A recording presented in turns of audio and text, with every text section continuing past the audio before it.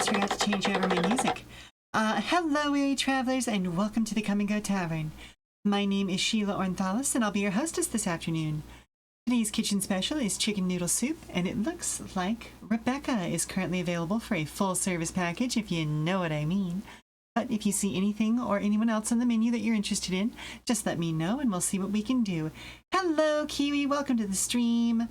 Like I talked about on your last stream, I have like a whole bunch of like dungeon synth albums and like just very cool music from independent artists that I would love to feature on stream, but I don't want to like step on anybody's toes, and I haven't gotten an okay from said artists yet, so yeah, we'll see. But yeah. Let's see, anywho, we are returning to Hytale for a 21st time today on stream. This series is in a weird way unofficially old enough to drink in the United States now. Today we will be continuing with the temple walls before moving on to either the ceiling beams or the roofing, whichever seems more interesting when I actually get into the game. As usual, I'll go wherever the mood takes me, because, you know, that's how yapping streams work. Hello, Dragon! Hello! And as always, I am available for comments, questions, and concerns about the tavern, as well as regular old conversation. So, as y'all know, don't be afraid to fill that chat with discussion. And so, let's go ahead and head on over, shall we? Also, why is my tracking so...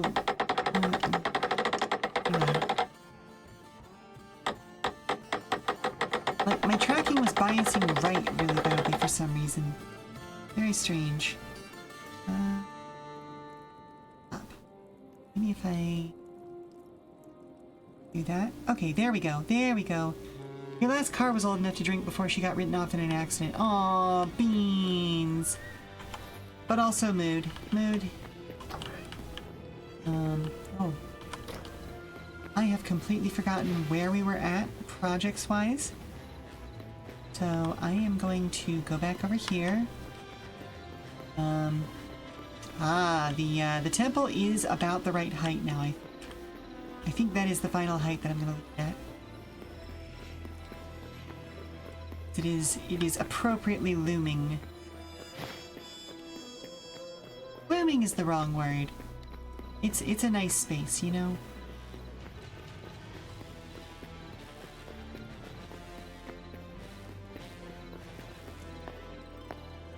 It is appropriately grand, majestic even.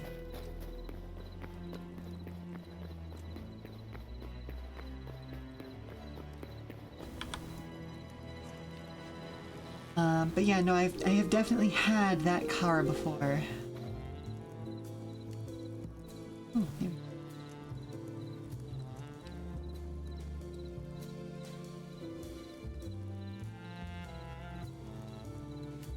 This is a nice one to dance to.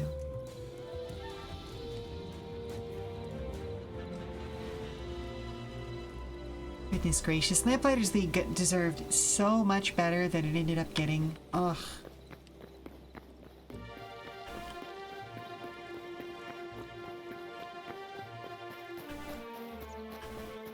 But yeah, no, probably I want to say my first car ended up being about that old. Okay, so we're working on this primarily. We should have enough of the basic stone, but we may need to go mine basalt.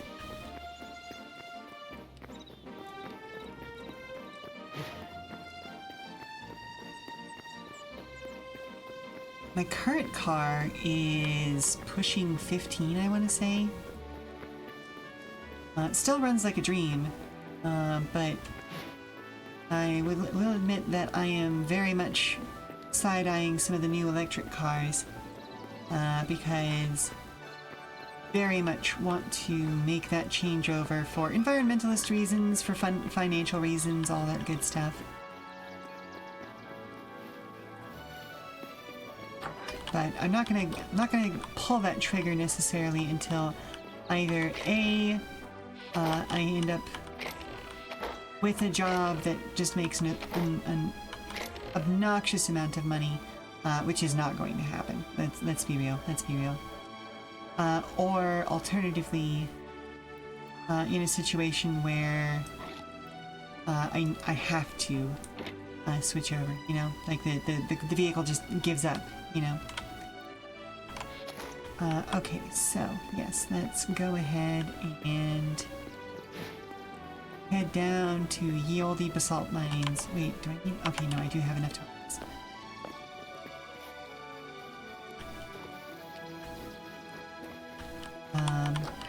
Had to do some re-recording for the next audiobook chapter this week, which was fun, trying to get room tone and volume normalization to match up. But I think I've got everything sorted now, and now I just need to fine-tune the timing. Okay, this is cobble. Really sure this next one is basalt then?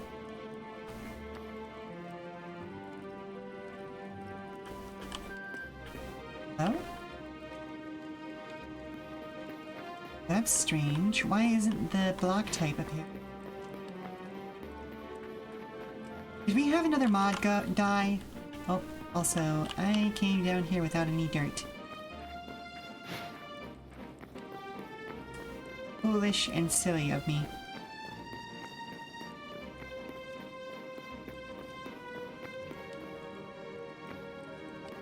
But yeah, I'm so used to the block type appearing when you point at it. I hadn't even clocked that that might be a mod. But they sure did have an update. Server was updated on Monday and may have caused mod issues. Aha! Yep, that'll do it, that'll do it. Yeah, because I'm also not seeing the contents of chests now. Very strange, very strange. Like, there are so many little, like, quality of life changes that we had on the server that I didn't even realize were mods, honestly. So, already very thankful to Gata for maintaining the server, and as I'm looking at this, even more so. Because holy moly.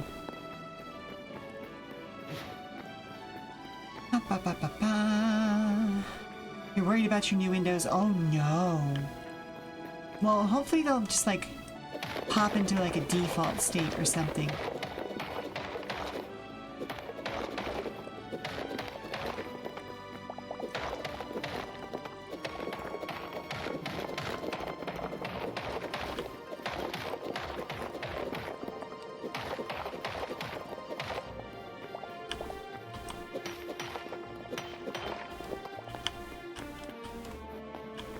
Hello? Thank you. Oh. 1, 2, 3, 4. Up.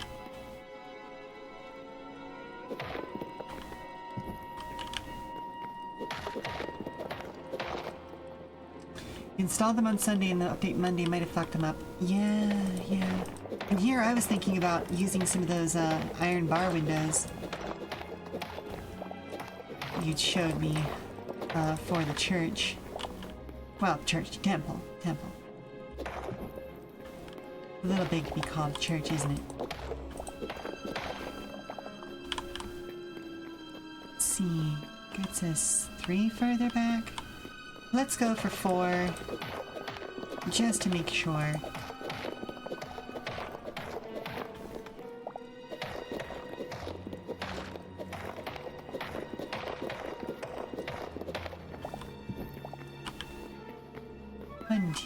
Okay, that's good.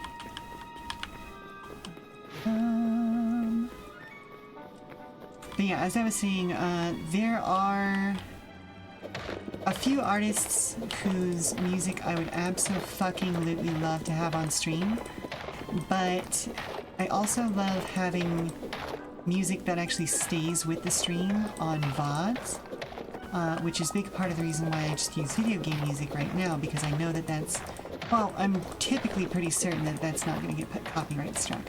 There are a couple of companies that absolutely will. Looking at you, Square Enix. 2, 3, 4. 2, 3, 4. Like, they're bad enough that they'll copyright strike their, like, a VOD of their own game. Which is stupid and silly.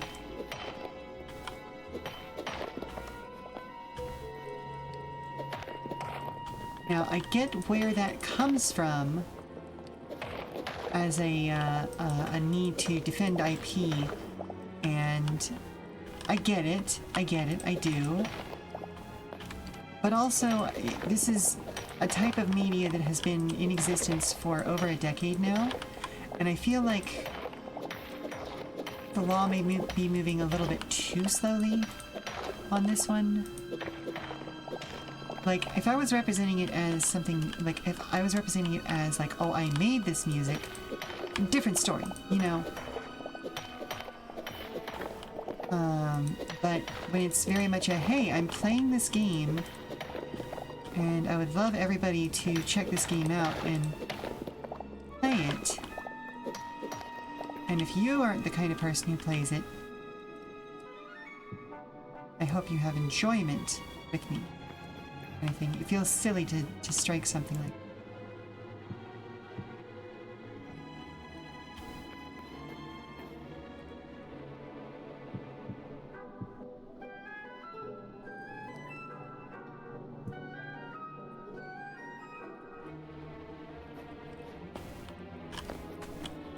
Let's that there.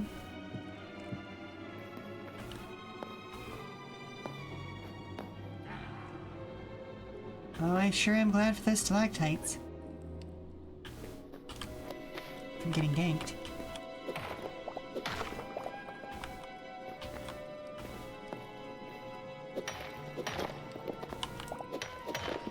Wait, no, I can pick this up later.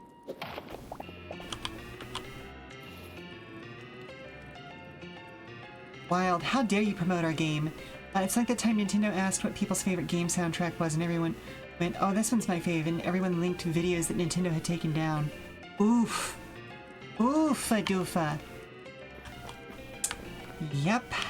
Yep. Yep.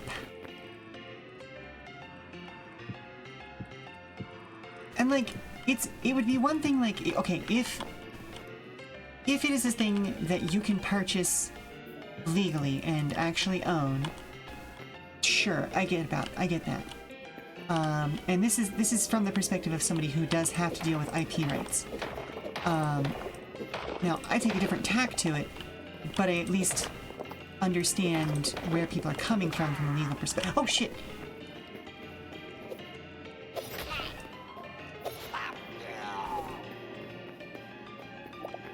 Scared the crap out of myself. Oh, come on!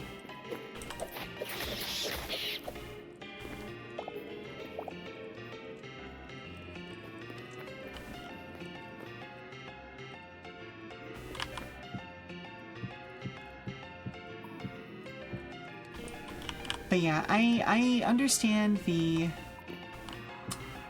desire is not quite the right word. The necessity to be actively protective of your IP, especially in current legal situations.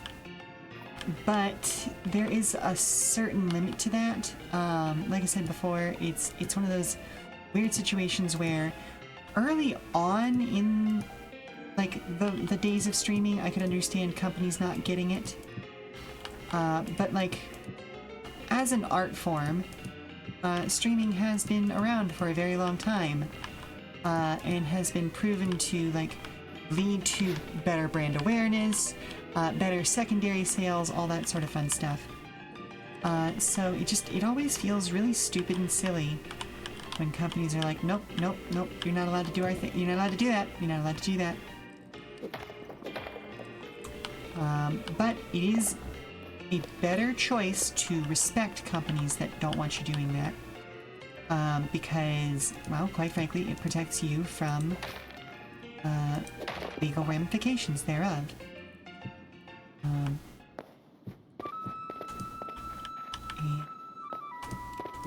Yeah, it's also a weird one to talk about in terms of, like, well, like, for instance, I am very much a socialist. And, you know, then it comes to the question of, like, well, how do you square being a socialist with things like IP rights? And it's like, okay, well, personally, you know, there's a reason why I release all of my writing and stuff for free after a certain period of time. I want people to be able to support me and feel like they've gotten value out of supporting me, but I do want my work to be out there and available to others after a certain point, you know? Now I may do, like, collected versions and things like that, 2, 3, 4, okay, that is how far I need to go.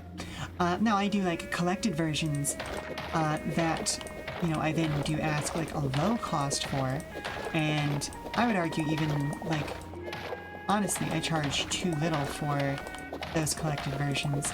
And I like to have the option available to people to do what I lovingly refer to as a dead tree edition, i.e. You can buy, like, an actual physical copy of the book. But at that point, you know, the cost you're paying for that is not, like, most of that doesn't end up going to me. Most of that ends up going to the people who are actually doing the printing for it.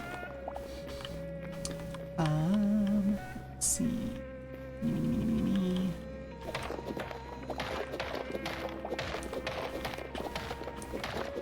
And it's this weird thing where, like, I am also not going to be litigious against people who were, for instance, writing fan fiction within the world of gaming. If somebody wanted to do that, I would be delighted.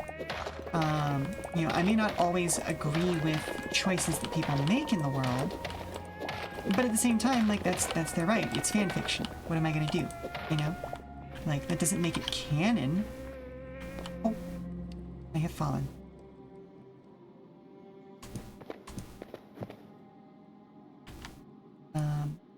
But yeah, that doesn't make it canon, and it would be entirely within my rights to be like, oh, well, yeah, that doesn't count. That's just somebody's headcanon. But I'm also operating at a different level here. Large companies are fighting a fight where they have to be protective of their IP rights, because otherwise, if someone were to do something like, you know, make an unauthorized Mario movie, for instance, if they were not protective of their IP rights in general, they wouldn't be able to fight against that. And someone may be able to, you know, like, make it look good enough that people mistake it for official, and thus harm their brand. I'm not worried about that. I am small potatoes, you know? That is not a thing that needs to be of concern to me.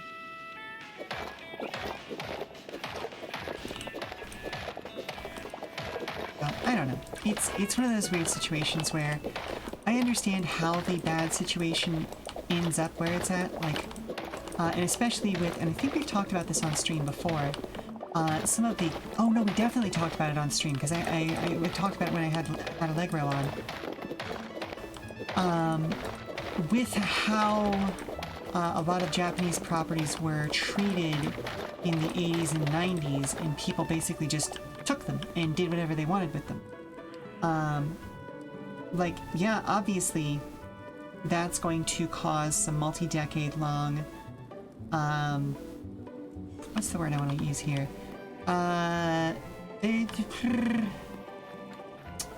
Bad feelings, I guess?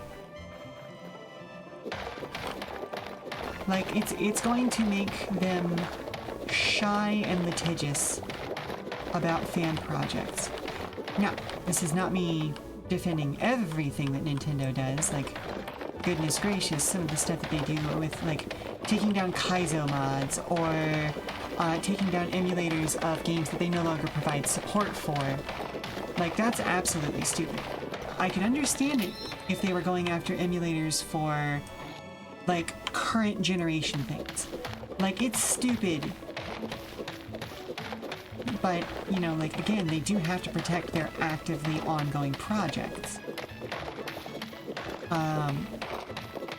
Now, that's going to get even more complex of an argument in terms of, you know, well, if everything is all digital and they can revoke your license at any time and have shown the willingness to revoke your license at any time, if purchasing is not ownership, then piracy is not theft.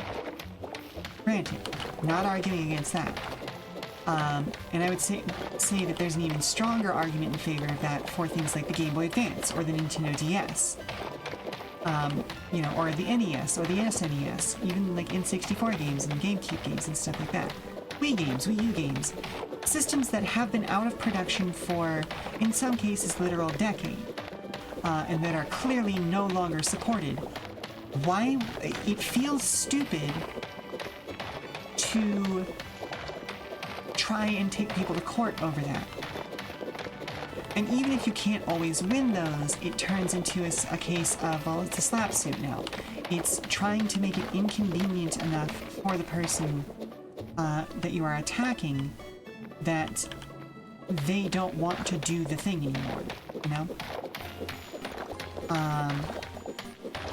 Now, we've won some really good victories about, like, old generation emulation over the last few years. Like, for instance, Delta Emulator they actually won in court, and they are legally allowed to be on both the Android and the iOS stores.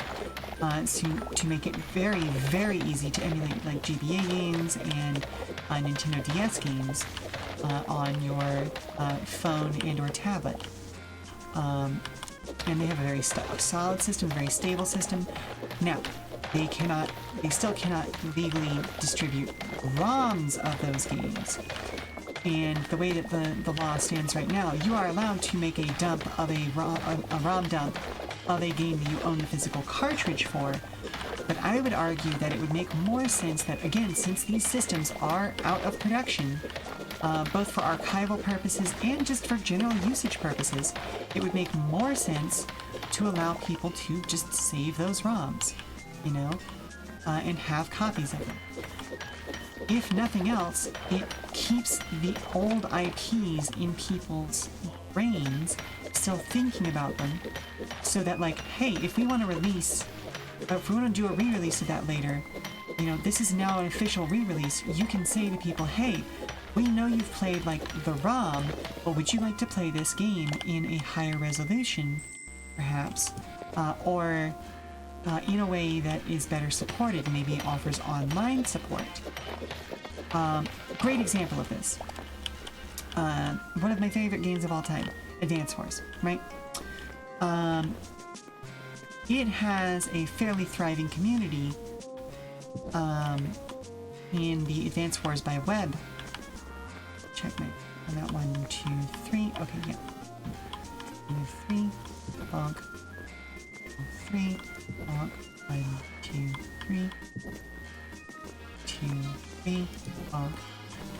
2, 3. 3, bonk. 2, 3, and that one. Okay, cool. It has a fairly thriving ecosystem in Advance Wars by web. That, as far as I'm aware, neither NT Systems nor Nintendo has really tried to take down. And in the lead up to the Advance Wars Reboot Camp release, like, people who had been playing Advance Wars by web for, in some cases, literal decades, came out and made a bunch of videos about how cool it was going to be to finally have, like, a real honest 3D version of the game, and how amazing it was going to be to have, like, an actual, like, player community that they could play with on Switch, and all of these sorts of fun things. And, like, granted, there were some issues with the ultimate release that led to some of that hype dying down, but, like, that was still a great amount of free hype for those games. And, you know, there have been some issues with the Advance Wars Reboot Camp. I'm not going to say that there weren't. Nintendo's lackluster support for online gameplay will forever be a plague for any system like that. But, you know, I would still be very interested to see what kind of sales push that ended up adding for people who, like, well, I've never played Advance Wars by web because, like, its graphics look outdated, but it seems like it would be a really cool thing to do. And now all of these people who play AW BW, are saying, hey, check out this new rebooted version of the game, maybe I will. You know, that sort of a thing. So, yeah, I don't know. It's...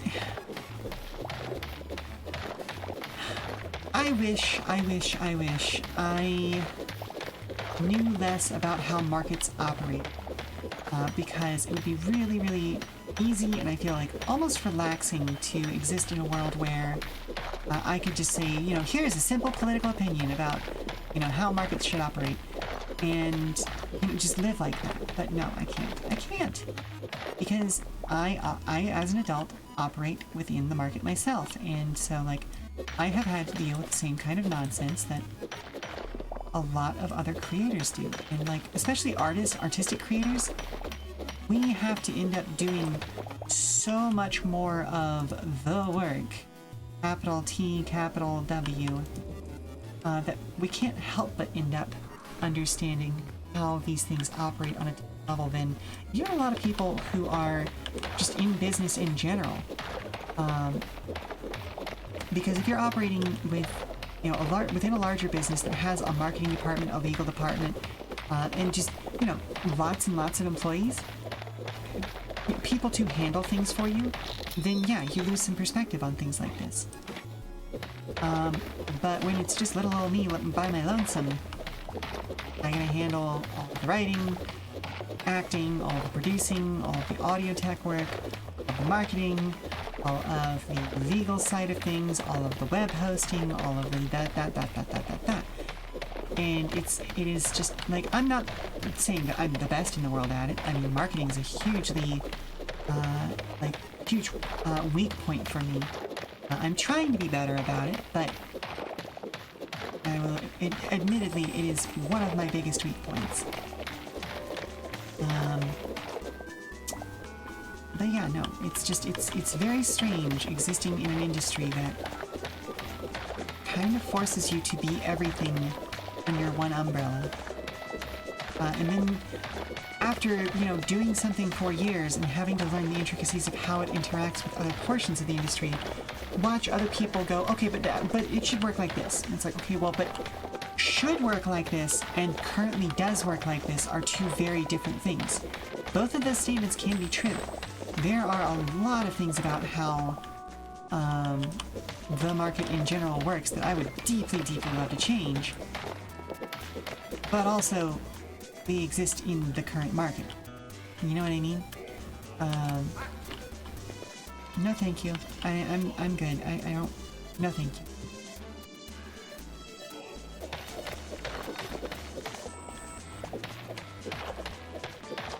And so it's one of those situations where, like, okay, you deal with what you have to deal with today and fight for a better tomorrow. And I don't know, that feels like the most sustainable way of being to me, because, you know, like, no, when you're in a situation where you're dealing with other people who also want things to work in a better way, cool, then, you know, amongst that group, make it work the better way, you know. But, again, like, well, I mean, for instance, the very platform that I am streaming on right now, Twitch, owned by Amazon, has a bunch of weird limitations that seem to only apply to people with certain body types and streamers of certain kinds. And again, hosted by Amazon Web Services and all of the horrible ethics that goes along with that. What the fuck else am I supposed to do? You know? Like, if Amazon pushes through with this thing where they want to start training their AI based on everybody's Twitch streams, tomorrow will be better. There's no choice. Ominous positivity. Hell yes, Kiwi. Exactly. You are being rescued. You do not have a choice in this matter. But yeah, no, like, it's one of those things where, like, if Amazon goes through with forcing everybody to let them use their VODs to train the Amazon AI, they're gonna lose a lot of streamers, and on top of that, they're going to end up in IP battles. Like, straight up, if I ever catch wind of my character being used by something that is not me, that is Amazon related, lawyer the fuck up. Yeah, no, well, because the AI bubble is in danger of popping, and they're desperate for, you know, ways to train their models. Long story short, the generative AI thing, it's a bunch of hokum. Like, let's lay that ground rule of, like, yeah, no, it's a bunch of bullshit. They and every other company that makes it has been through tons and tons and tons of legal battles. Oh, I'll come back to that in a second, Kiwi. They've been through tons and tons and tons of legal battles about what they are and aren't allowed to use to train their bullshit engine. And they keep losing battles, you know, based on, like, you know, oh, well, you're not allowed to do, you know, to just take people's data and stuff like that. And so this is their latest attempt to gotcha people and be like, well, we're going to make it an inherent part of the streaming service. And so if you, the end user, want to use this streaming service for free, which is essentially what we're doing, which is not what they're actually doing. They run commercials on everybody, so, like, we're not using it for free. They are making money off of us hand over fist, because that's how fucking advertising works. But, you know, they can make the legal argument that we get to use it for free. That's, whether that's true or not, you know, is a whole other, well, that's something to be decided in the courts. But I digress. Yeah, then just let it pop. Here's the thing. Yes, it should have popped in a world where laws were actually upheld. It would have already popped. Because it is very clearly a shitload of fraud happening. When the same 3 to 4 companies are passing the same several billion dollars back and forth endlessly, that's fraud. That's market. They are committing market fraud. They all own stakes in each other's business. They are all using each other's business to increase profits in a very paper way and defraud their investors. It's fraud. It's just straight up fraud. The systems also don't do what they're advertised to do, have never done what they're advertised to do, will never be able to do what they're advertised to do, because anybody who actually understands how LLMs work, like on an actual functional level, will just go, yeah, it's just spicy autocorrect complete. Like, it's just autocomplete plus a shitload of pollution. Why are you saying that it can diagnose medical conditions? Why are you saying that it can do, you know, paralegal work? It can't do that. It doesn't think. It can't form opinions. So, yeah, anyway. We're all on the same page here. It's like they would rather go bankrupt than admit they were morons and made bad decisions. Literally every businessman. There is a reason why I think that anybody with an MBA should legally be prevented from running a business. The way that business schools have operated since basically the 1950s, if not longer, is as a way to teach people to hyperscale short-term profits. Mom, have you seen Mr. Grumbles? No, sweetie, I haven't. Where did you lose track of her? Can you help me find her? Sure thing. Give me just a moment, though. Yeah, basically, like, business majors have been taught for the better part of the last century to hyperscale profits in the short term, take a golden parachute, and then leave a flaming wreck behind them when it all comes tumbling down. And yet people think that's a good thing. I do not understand it. I never will understand it. I am the kind of person who creates 5-year-long budgets and looks at sustainability in terms of, can I continue to pay the people who do work for me, as well as living a reasonable lifestyle on my own? Because they think number go up. Everybody thinks that, you know, oh, well, if I got rich, it doesn't matter how many people I scammed in the meantime. It's tied into that mindset of, fuck you, got mine, that the baby boomers are such fans of. And the system will save you time. It takes 6 times longer than a Google search. And let's not even talk about the fact that Google searches are basically fucking useless now because even Google got in on that bullshit. Like, even if you set your Google search up to do a web search specifically instead of using the AI whatever, the way that they have changed their algorithm is inherently messing up the accuracy of search results at this point. And it is so upsetting. You added a plugin to remove the AI. So, here's the thing. Like I was saying, even if you do the web search UDM14, that is still hit or miss because... Yeah. No, I know. Because I have mine set up to go specifically directly to a web search instead of using the main Google web page search function. But even the web search has gotten significantly less reliable because of the fact that they have made fundamental changes to how their internal search algorithm works. You have a different web search at home you call Brave. I remember there being some issues with Brave as well, vis-a-vis privacy, but I would have to go look them up. So, you know, don't take my word for it right this second because I don't have the data in front of me, but I do remember there being something sketch about Brave as well. But then again, even DuckDuckGo is kind of fucking sketch at this point. It's so like...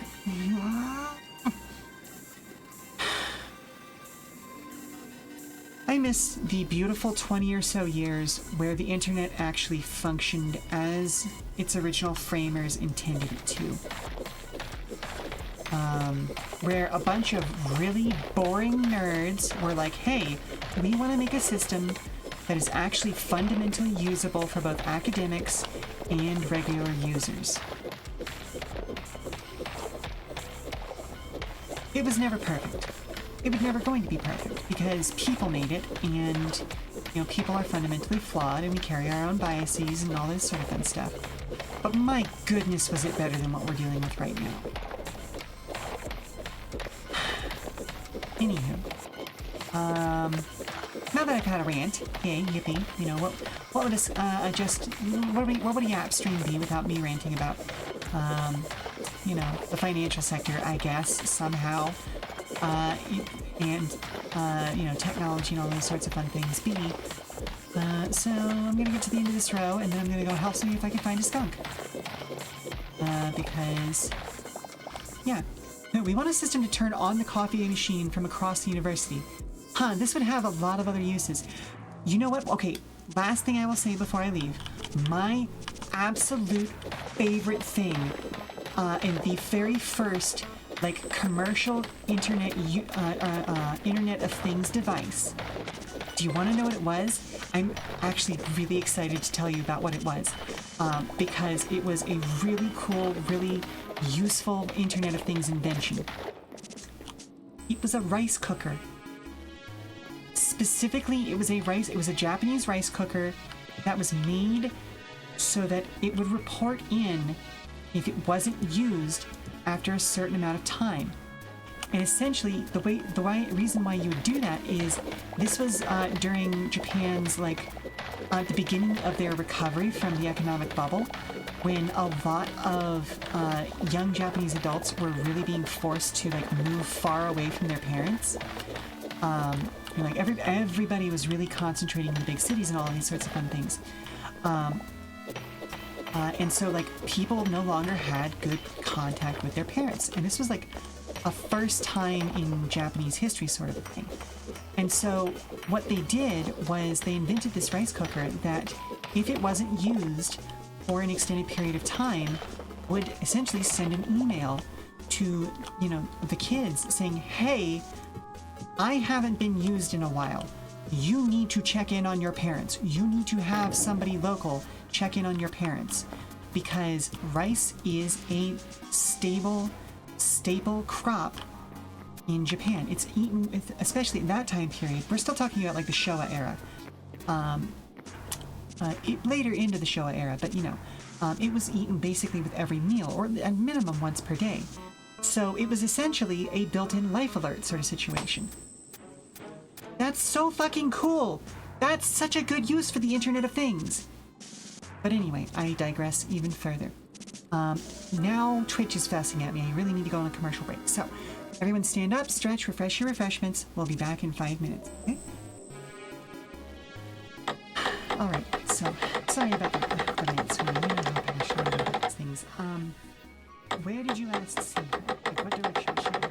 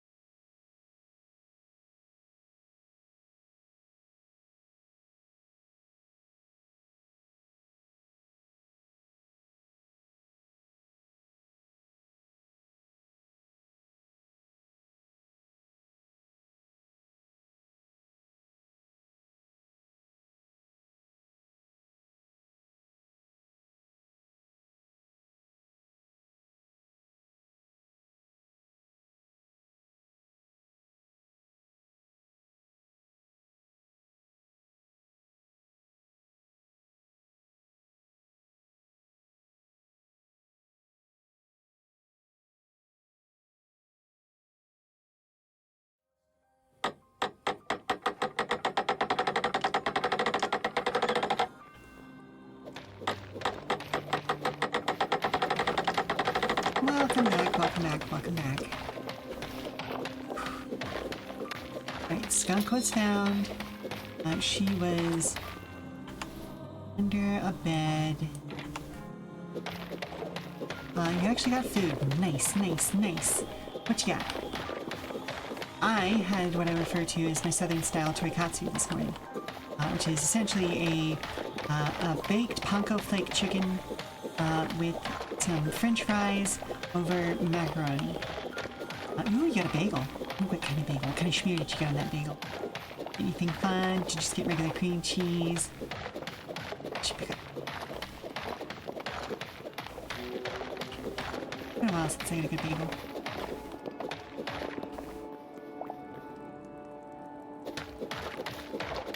Everything bagel, herb and garlic cream cheese. Ooh. That sounds absolutely delightful. Probably your default breakfast. Nice, nice, nice.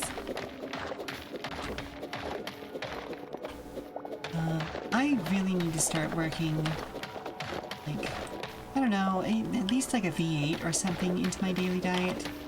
I have been fussed at about getting more vegetables, and I like meat so much. I like bread so much. I like cheese.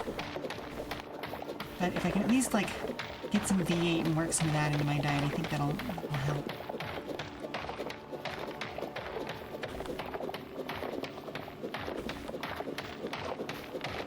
It's the curse of like working a lot of night shift and working a lot of like, well, I don't have time to sit down and have a meal, so I'm gonna have street food. Which is absolutely delicious and unfortunately also not the best in the world for you. Like, I don't have anything like being flagged on blood work or anything right now, but I do have that, you know, wag of the finger from the doctors about that.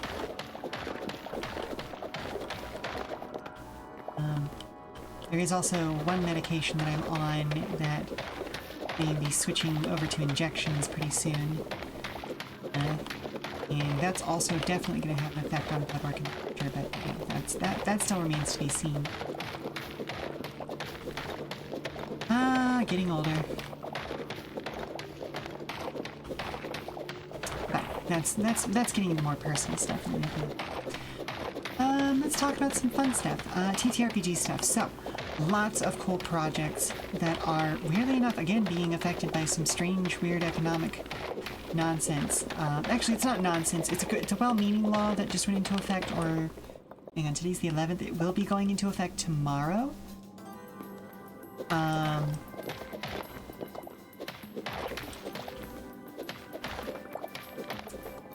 But it's maybe having some unintended consequences on like TTRPG Kickstarters and the like.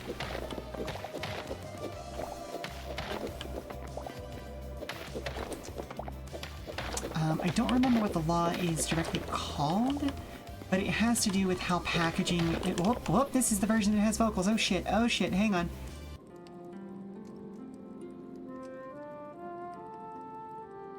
I was fully jamming out to that.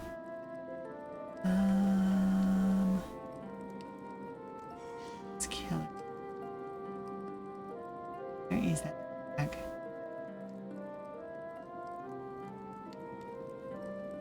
And I hate that.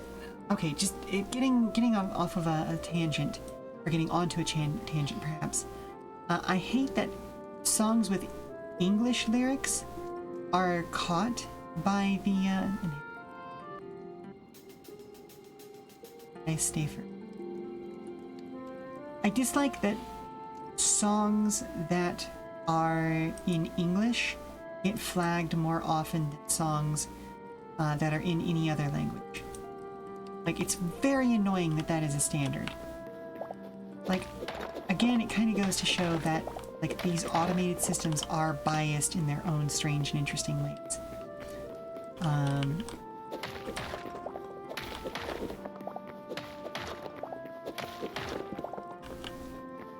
Yeah, that being said, there again, anything that comes from like Square Enix is automatically suspect they're particularly old games, like the Final Fantasy Crystal Chronicles soundtrack, I think is still in this playlist.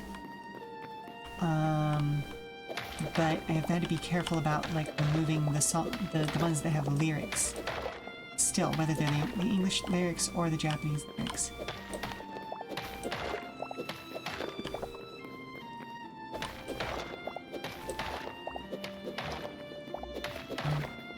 Oh shoot, what was that? Oh, right. Okay, so this new like recycling law, it is well-meaning. It is meant to like go after essentially like the reason it was drafted originally was because of the huge uptick in like drop shippers and other similar like scummy businesses that are and that have been cropping up in the EU over the last few years, particularly as like people were looking into doing like e-commerce stuff thanks to the pandemic.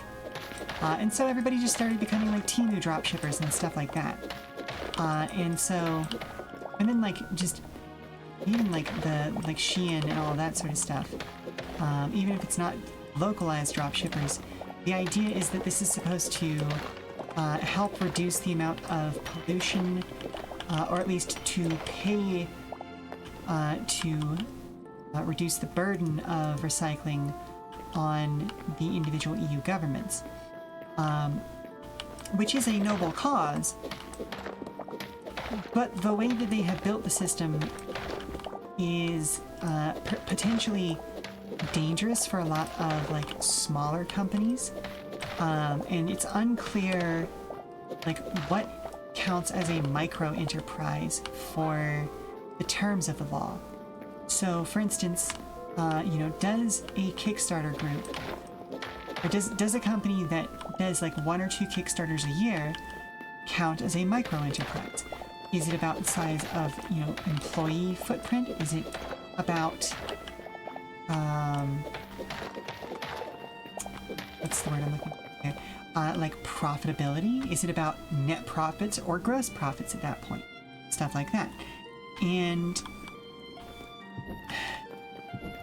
the EU, for all of the good it has done, also occasionally gets into situations where they're like, well, we're going to let our individual member states figure out how they want to do enforcement on their own.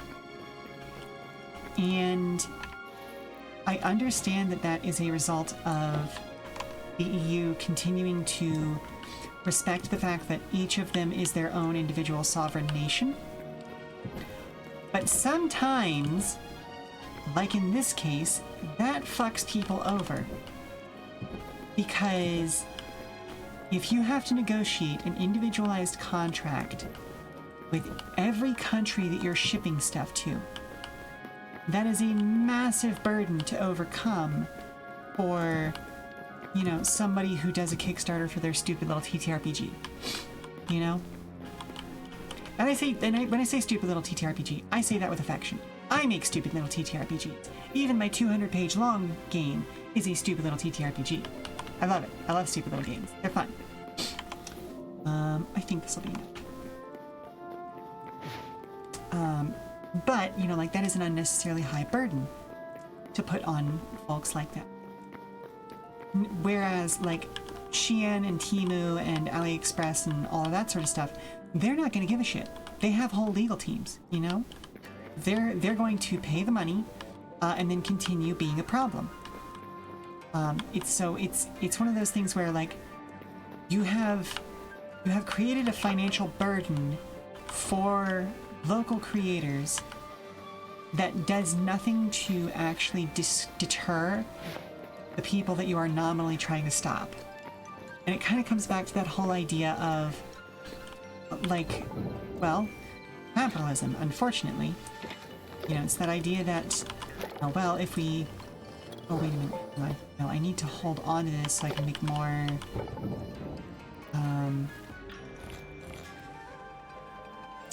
whatchamacallit? Repair kits.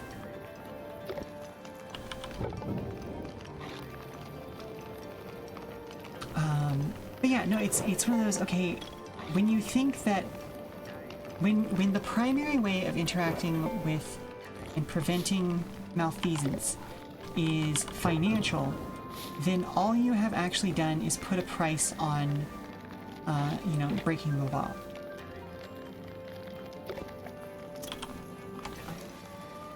Check what is the actual recipe for repair. I'm pretty sure they require.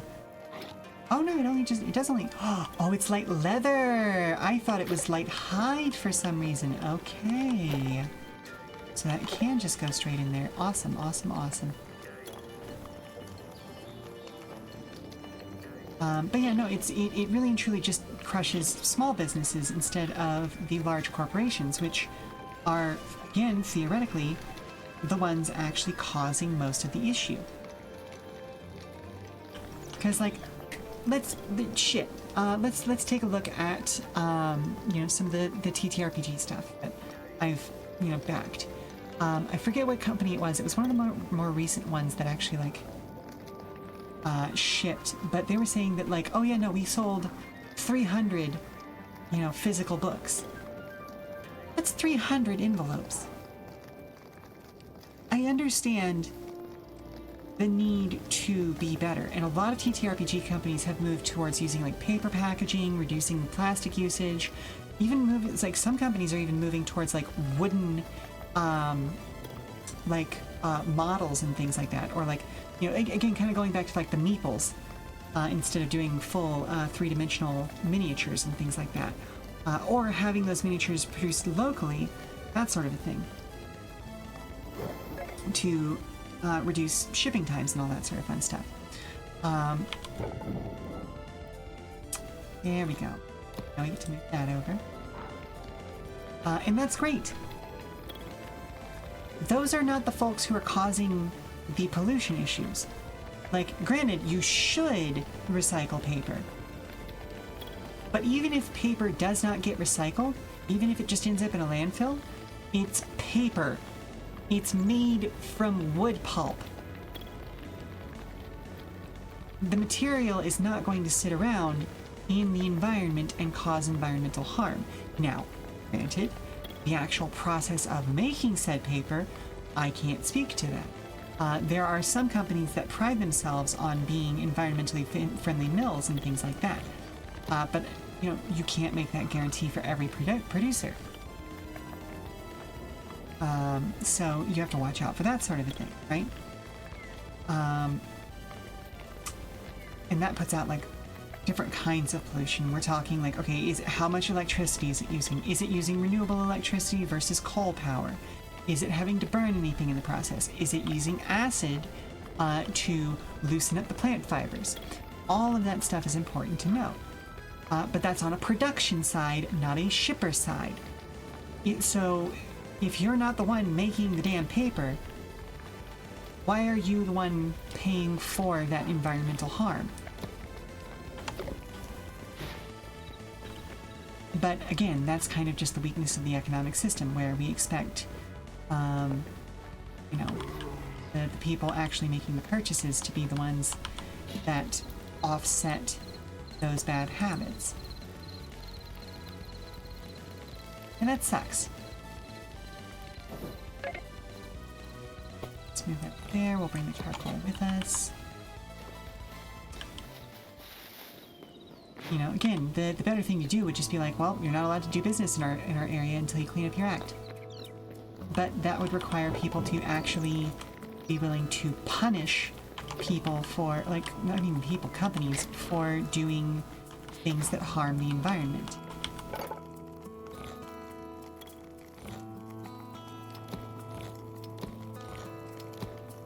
And apparently we're allergic to that kind of, unfortunately.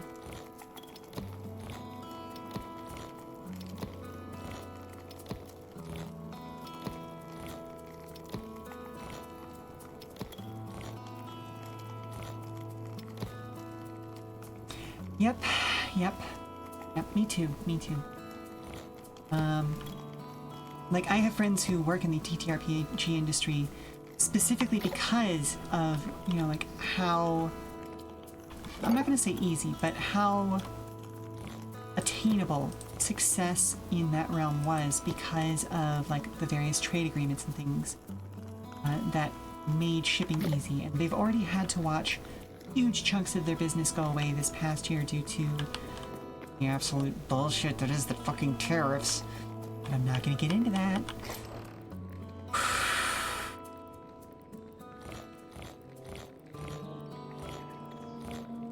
I'm not gonna get into that right now. That's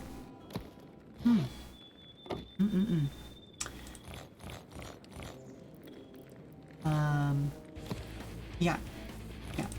And so they've already been reckoning with all of that nonsense, and now they're having to deal with this new, fresh nonsense as well. And it's absolutely heartbreaking because, like, these are amazing creative individuals who do their best to create things that are equitable, to create things that are inclusive, to create things that inspire others.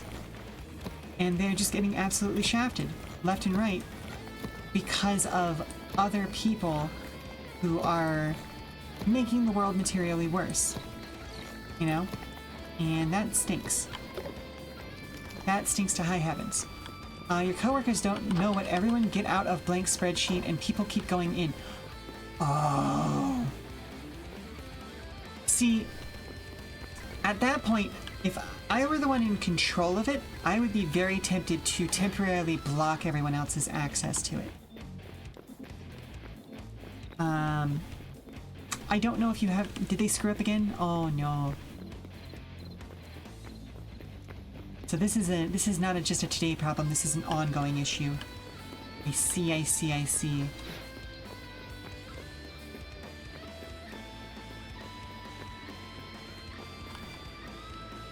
They already got rid of all of her work from yesterday. Oh, no!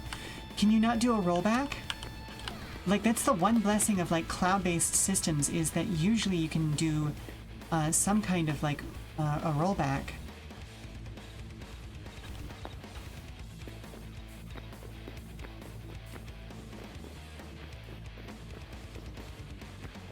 This is someone trying to get everyone out so he can finish fixing it for you. He came in 5 hours early. Oh, no. Oh, no.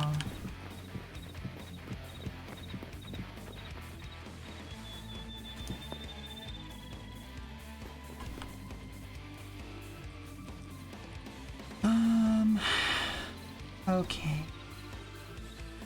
So here's where things get interesting and weird. I do want to do this. It crashed while syncing to do, due to someone being in it when you ran the macro. Oh no!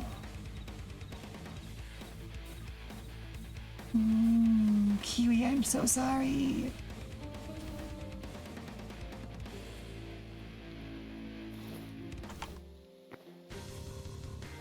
So it did auto roll back, but it auto rolled back too far. Oh, nerds. Oh, fuck.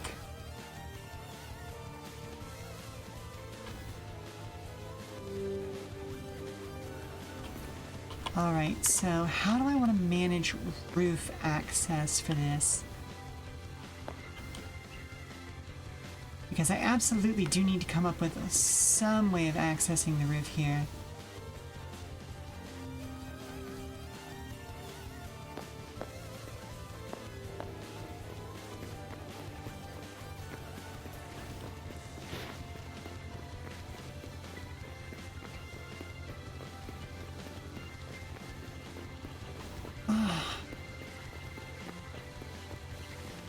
Like, I don't want to be that person who's like, hey, you should maybe, like, do a BCC all. But, like, I don't know. Maybe bring it up to your supervisor that, hey, people aren't listening to your needs about these sorts of things, and technically just from your work from today ends up... Your boss hadn't gotten the macro to run yesterday. It crashed for 2 hours on you yesterday and also crashed on him.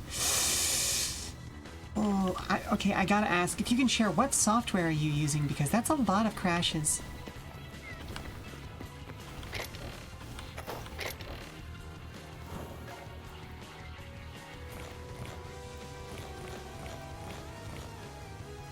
Okay, it is Excel. Oof. Oofa doofa. I wish I could say I was shocked.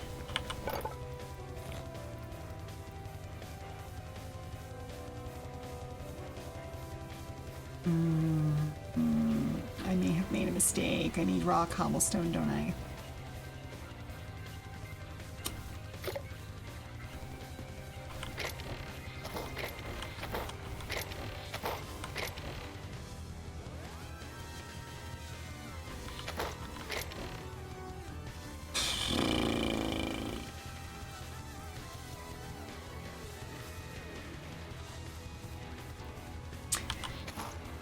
I wish there was a smooth stone stairs option.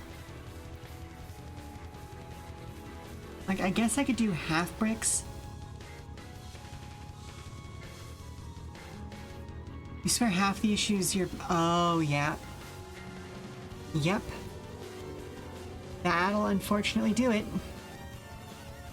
However, as far as you know, this one was built by the VBA expert, aka the person who came in 5 hours early to fix it. Oofa doofa.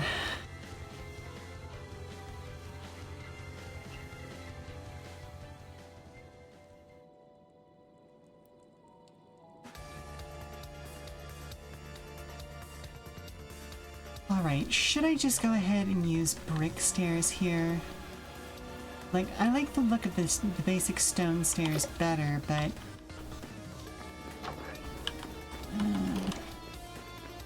that would also mean having to go down and get a shed load more of cobblestone. It worked last week, no problem. Something broke since then. Oh, jeez. Yeah, that sounds like somebody vibe coded something. But like, Excel in and of itself is an unstable mess.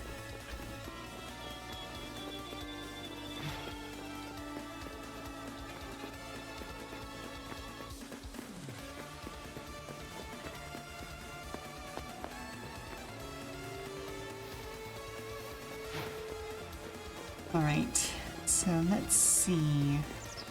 Where do we want to put roof access? Okay, that's where it would lead outside.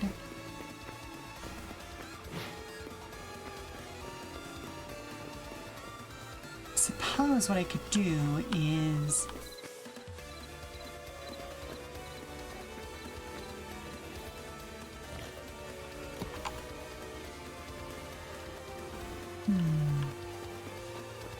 Alright, what I'm gonna do is I'm gonna do a build out here.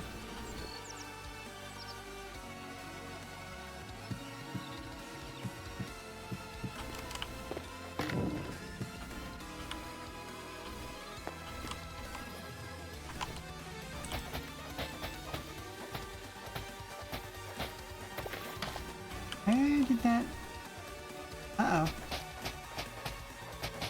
Did the world geometry eat that torch? Damn it. I think the world... Oh no, it just shunted it over to here.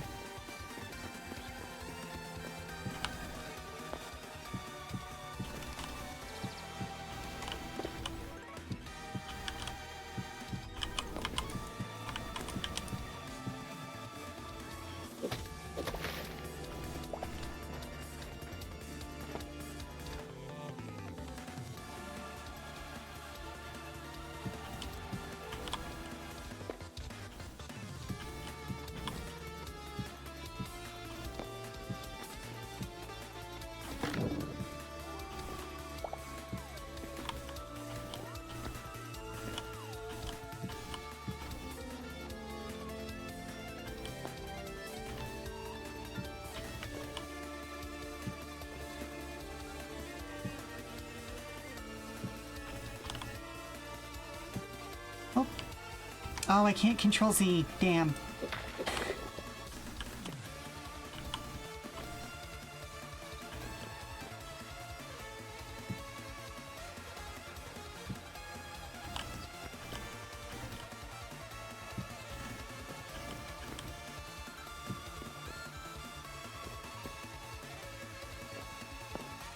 Oh, okay. Hang on a second.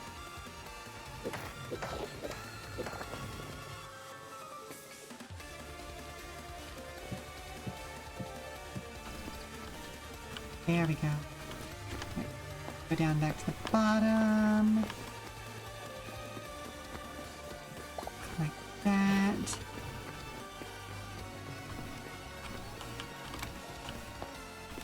Hello? Gimme! Gimme!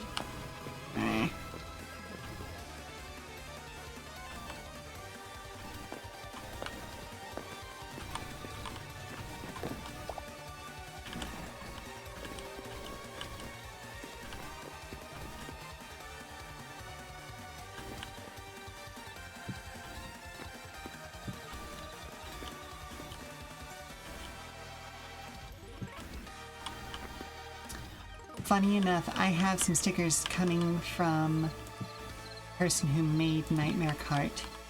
I'm extremely excited for them.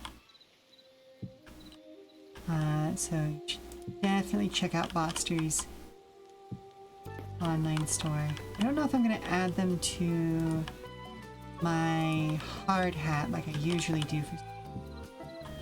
but we'll see, we'll see. And yes, I already know what you're gonna say. You probably shouldn't put stickers on your hard hat. What if the adhesive damages the surface?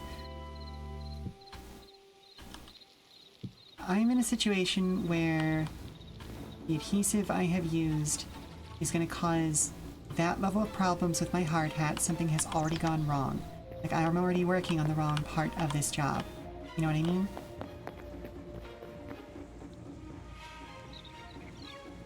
So... that is a fast and loose reason why, but there actually is a certain style of adhesive for stickers that can actually damage the material that some hard hats are made of. But I am also of the opinion that, like, if I were to take a particularly hard hit while wearing a hard hat, I'm replacing that hard hat right then and there. Like, that is no longer a good hard hat. You know?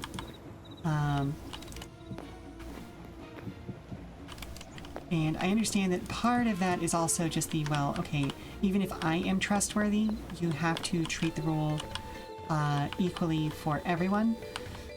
I want my cute stickers. And also, like, I have an open interior hard hat, so you can actually see damage anyway. You thought, yeah, it's the corporate reason, not a personal use reason. Yeah, it is. It's the corporate reason. Thankfully, I don't work for a corporation. So I have a certain amount of laxity as far as that rule is concerned. But the one about adhesives I do take more seriously. Because again, there are actually some adhesives that legitimately do damage the material that hard hats are made out of. So I have to be a lot more careful about that particular issue.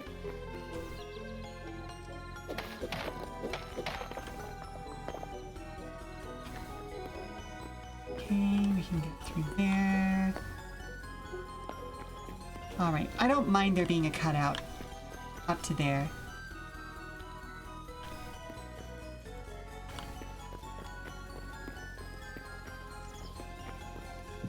That also means I can do that, so 1, 2, 3, bonk.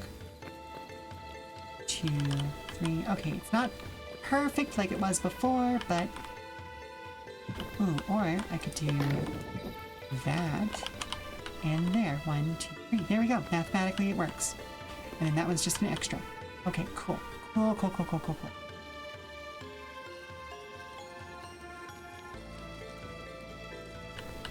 But yeah, it's one of the interesting things about the entertainment industry. We, like, on average, people who work entertainment tech are significantly more paranoid about our own safety than regular workers are. And so we bend rules that would be like, illegal to bend in corporate environments, like stickers on a hard hat, because we understand that we are also ultimately responsible for our own safety. And so, like, the moment that I take a hard hit on that hard hat, that motherfucker's going straight in the trash, and I'm breaking out the new one. Like, yes, I'm going to lose a bunch of cool stickers when I do that. I like having, you know, not having additional holes in my skull. That's the purpose of the hard hat, you know?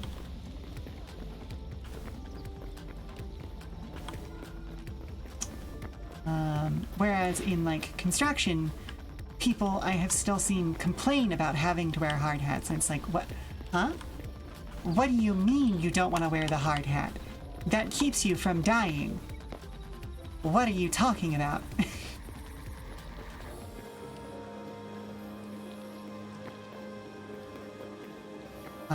Or like the fact that I own my own safety harness for uprigging and things like that. And if you don't know what an uprigger is, that is the person who is in charge of, or at least at the very least doing, like the overhead rigging for entertainment stuff, as well as like any sort of arena or like fly system or anything that's like just super high up in the air. Like I own my own harness, I own my own tether. I actually need to get a second tether because the reason I only have one right now is because the place that I was working, the only, like for the last 10 years or so, the only high work that I did was on a catwalk. And so, you know, you could always have 3 points of contact, if not 4, and really you only needed to tether in when you were standing in a single place and like, you know, working with both your hands kind of a thing.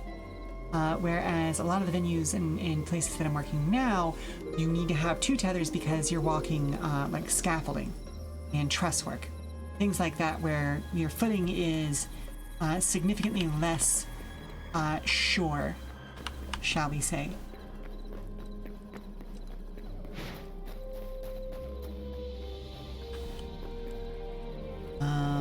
Which also means that if I want to get back into rigging in those sorts of environments, I am absolutely going to need to get a newer body harness because my current one is good for like an hour or 2, I would say. But past that, it can get a wee bit uncomfortable. That's the wrong block to go there.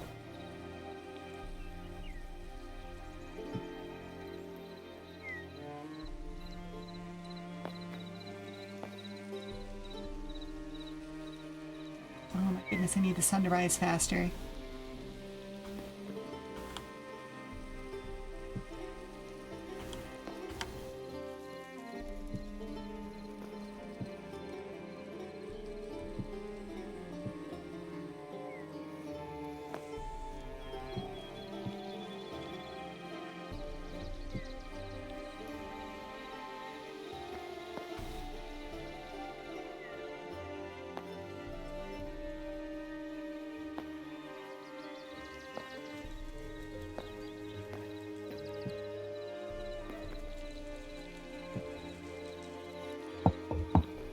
Hey, Hello? Mom, look at this cool animal I found. That is an adorable little animal, but you Can know what I I'm gonna keep say? it? Nope. You know what I'm gonna say? Right, we'll talk about it. Give me just a second. Alright, I'm gonna get myself back up to height here. I gotta go have a conversation about definitely not keeping another animal. Even if it is cute.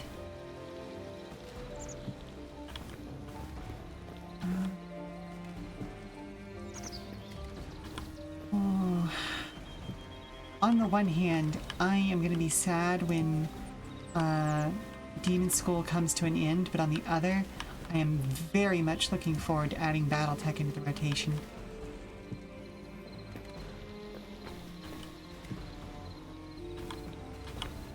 I think I've said it before, but I didn't actually get to play more of it.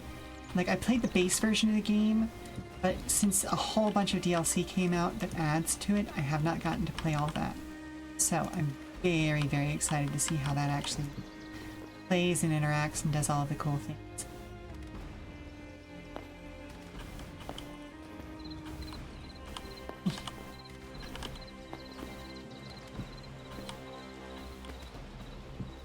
Alright, there we go. So, I am going to go and try to convince the kids not to try to adopt another animal. We'll be back in 5 or so minutes. Everyone stand up, stretch, refresh your refreshments, and I'll see you all on the other side of the 5. Okay, so you find this one.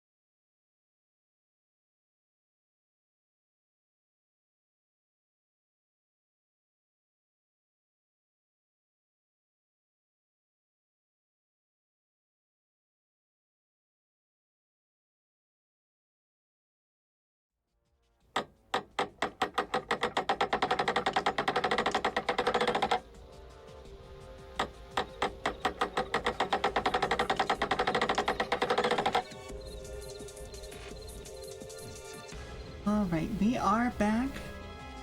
I am just caught dealing with something on another screen. There we go. Hello. How are all of you doing? I hope you're doing well. Let's do something slightly stupid way.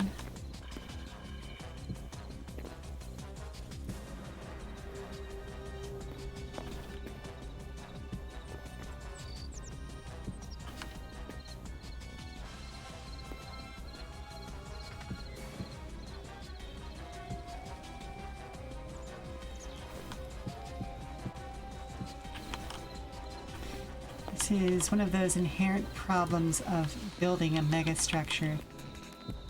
Actually, I can't even qualify this as a megastructure yet. It's getting there, but it's not quite there yet.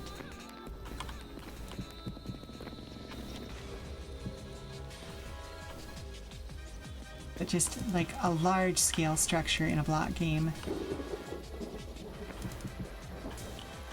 Where like eventually you will have to brick everything up, and ensuring you still have access to some of the weirder portions of it can be a challenge.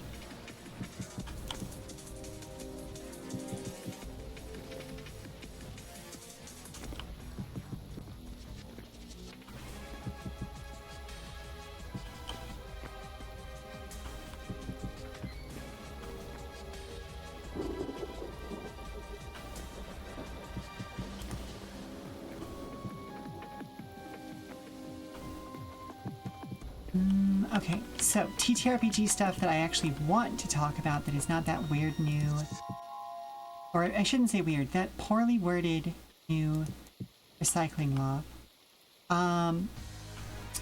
Lots of cool TTRPG projects coming out. People who are over on Gada's actual server will know the fact that I actually just got my own copy of a certain Into the Ish expansion for Into the Odd. Very much one of those, like, I don't know if I'm allowed to say the actual name of it. I don't want to get anybody in trouble. But it's a fan project for a certain property that tends to be a bit litigious. So we're going to be careful with it, you know? Because I like fan projects. They are the lifeblood of keeping things alive. Y'all know what I mean. I swear, I've written so many books, and yet, here we are, you know?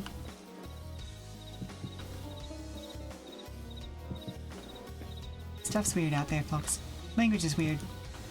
But I'm very excited to run that for my spouse and some of my friends. Because they absolutely love the series that allows you to carry monsters around in your pocket. And so yeah, that's going to be a ton of fun.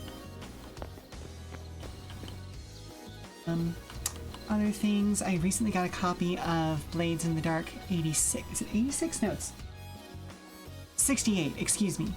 Yay, dyslexia disease is horrible. So looking forward to getting to run that at some point. Fist has a Kickstarter, well, not a Kickstarter, it's crowdfunding, I should say. It's got a backer kit, which is more ethical than having a Kickstarter, quite frankly. But it has a backer kit running, well, I guess not really running anymore. It's long since finished, but they're going to be locking down orders here pretty soon, so that they can start shipping stuff for a remastered version of the paranormal mercenary game Fist, which is tons of fun. Very much looking forward to that. You can already get all of like the digital files for it, but we're going to be sending out physical rewards, and I actually managed to back that one at a level where I get a cassette tape with like audio recordings of intros and various like character stuff, which is extremely thematic to like a fictionalized version of like Cold War spy bullshit, but with superheroes and aliens and shit mixed in, you know? Very much looking forward to breaking that out for my players at some point. Let's see, what else? Ooh, our second Ghost in the Shell TTRPG in the last year is just about wrapped up. Like the crowdfunding for that one, I should say. I hesitated on the first one because despite the fact that I think the Forged in the Dark engine is just about perfect for Ghost in the Shell, they decided to set that one in the Rise universe, which is my least favorite canon. And at the time, nobody could figure out why they had done that. And it turns out that the reason they had done that was because Kodansha was working with Mantic Games on a version set in the original manga universe for Ghost in the Shell. And that is the one that is now just about finished with its crowdfunding cycle. I wasn't convinced at first because Mantic has been kind of hit or miss with their systems, in my opinion. That's not to say they're bad systems, it's just whether they jive with my brain, if you know what I mean. But once I actually got to reading it, okay, so now we are at...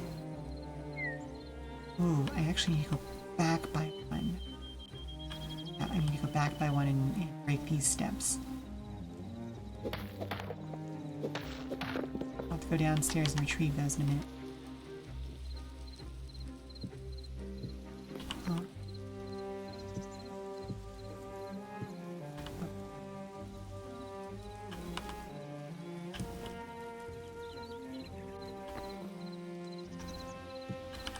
Which I guess also means that. So that we're now over the wall. Okay, cool. Alright, so now I need to go down and retrieve.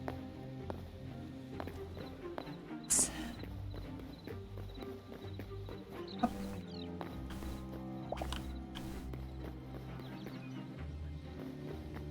Go up and fill that in.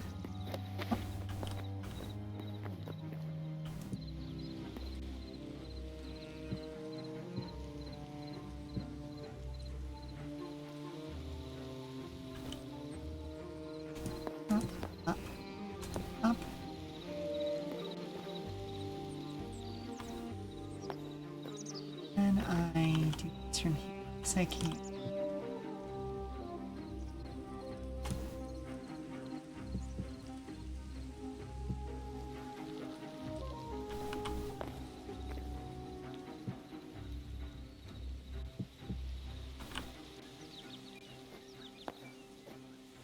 Nope, can't quite make that one.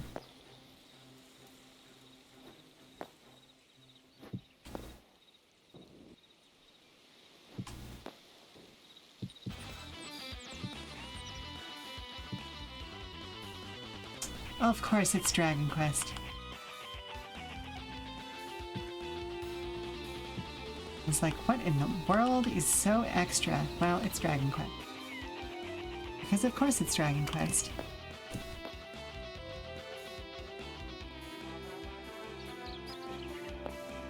No, we're not gonna be able to do that. Maybe? Nope.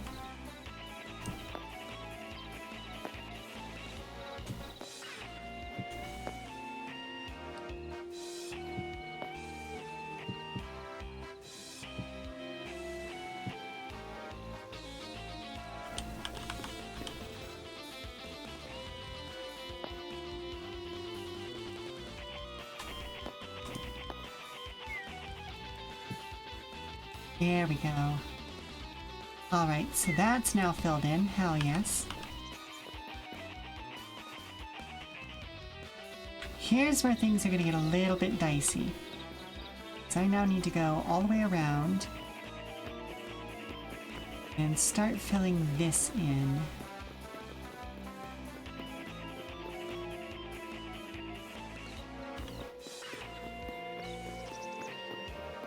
But anywho, now that I am not trying to do mental math, so yeah, Mantic has come up with a pretty dang cool system for their version of a Ghost in the Shell TTRPG, and managed to, in doing so, work in a lot of the philosophy of the manga, which is absolutely cool. Love that. Because, you know, a huge part of the draw of the original manga, while it is, you know, fun and goofy and sexy, is also just the fact that, like, it asks really, like, hard-hitting questions about what it means to be a person. And not in the usual, like, you know, should the Goblin Slayer actually be killing all of these goblins way, but in the individualized, like, hey, if I have replaced every part of myself apart from my brain and brainstem with artificial parts, am I still an individual? Because of the fact that I have never actually seen my own brain, but I know that everything else is artificial, how am I to know that I am not artificial as well? Like, and really what the ultimate answer to that is does it matter? And this is part of the whole reason why I get so up in arms about the things that people call artificial intelligence nowadays, because they're not. Like, this is not a living, thinking thing that, you know, deserves rights and should be considered a person and all that sort of stuff. It's just a plagiarism engine. That's all it is. And I don't know. It's one of those things that real artificial intelligence does not exist, and so it's probably not worth it to be quibbling about, you know, an actual, like, rampant individual computer mind, and making sure that, you know, the rights of such an individual would be defensible under current legal framework. But, like, that's kind of the whole point of Ghost in the Shell, is, like, even if you are a different kind of person, you still are a person, you know?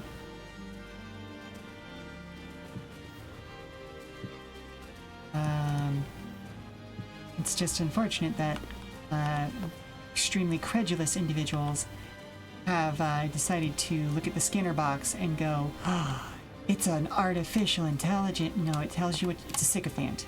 It's a digital sycophant. It tells you what you want it to hear, or what it wants you to hear. And pretty much not useful for anything else.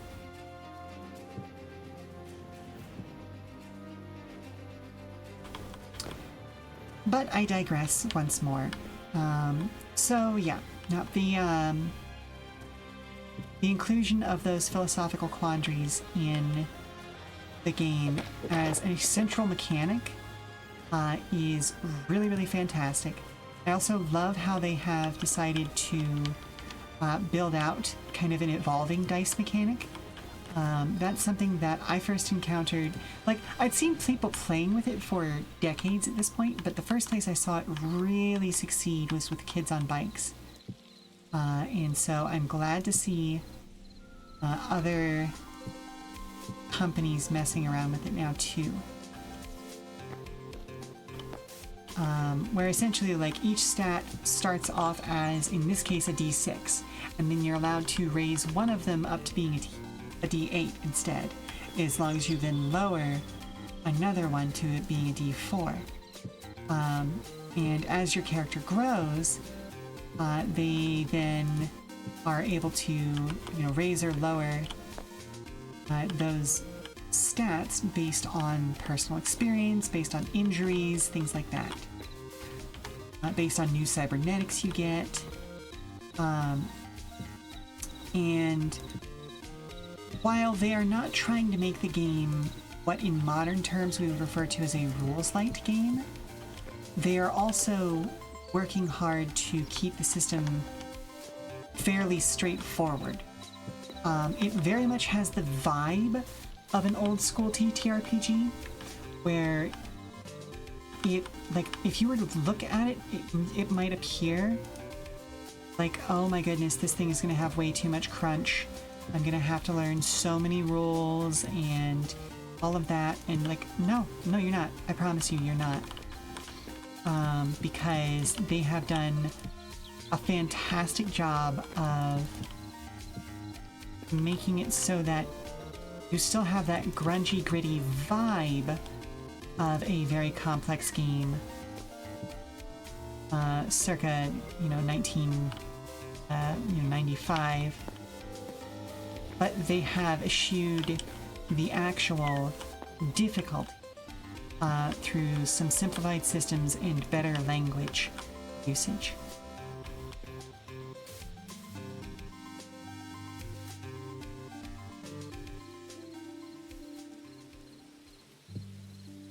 And hit that one. Okay.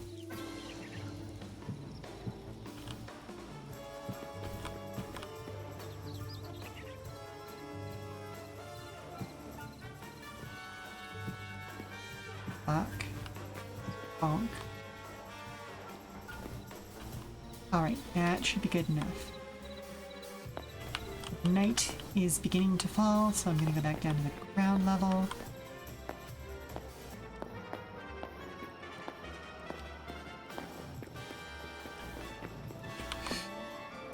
But yeah, they've also done a really great modernization thing and essentially eschewed currency.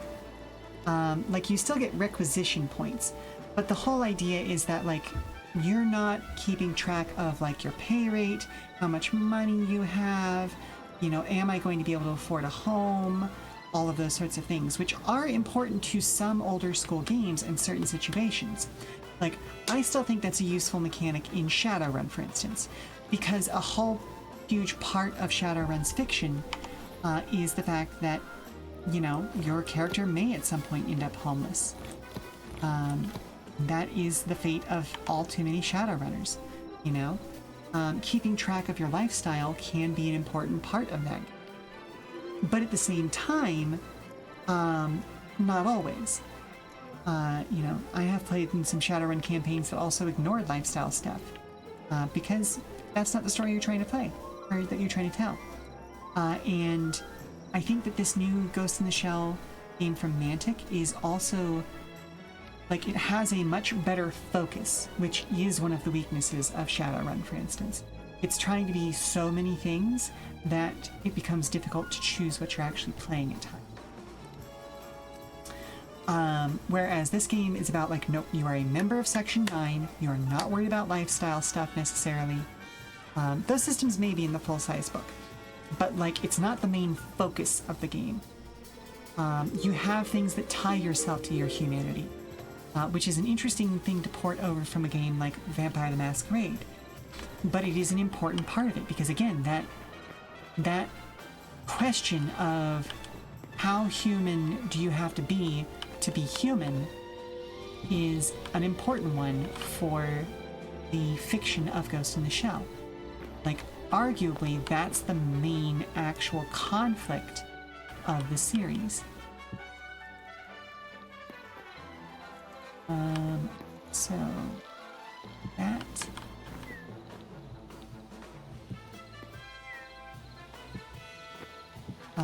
And so making that a mechanical thing that ties into who you are as a character and how your character evolves and grows, that's fucking fantastic. I love that. That's great. Bravo, brava, bravissima, all those great, grand words.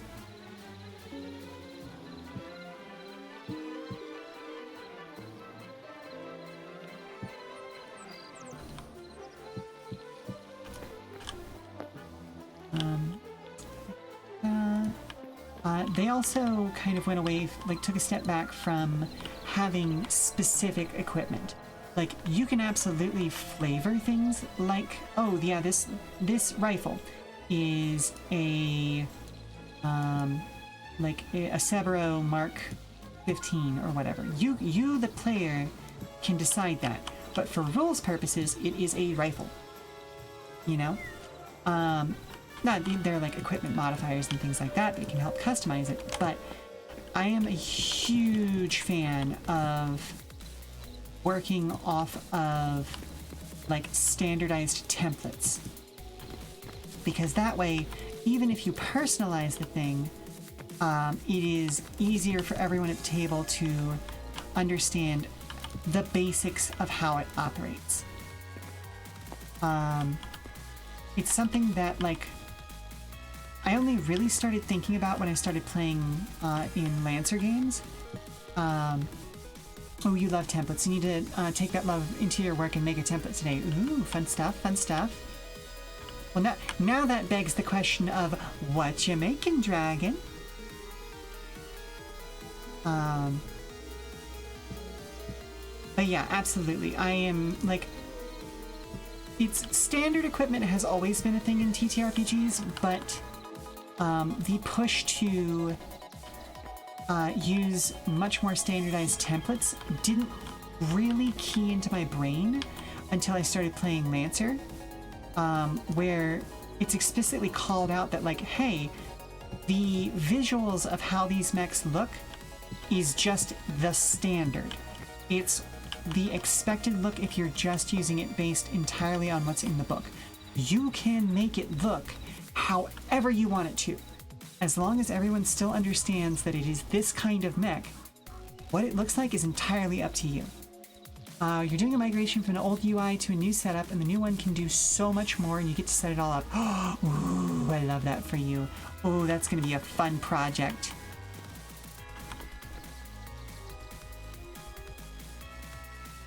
Yeah, okay, I know that Card is a very simplistic website building tool, but genuinely, when I found it, when I was introduced to it, I had a moment of giddiness because of how flexible it actually can be if you know even the barest amount of markup. It is an absolutely fabulous system. Which, by the by, while it technically has the limitation of only being able to make one page, you can in fact make what appears to be a multi-page website.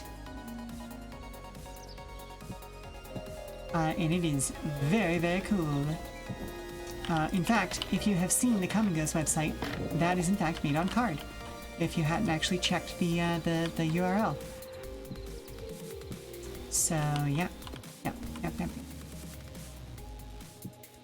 I love stuff that has essentially like plug-in bits to it. Those are amazing tools to work with. It's like working with Lego, you know?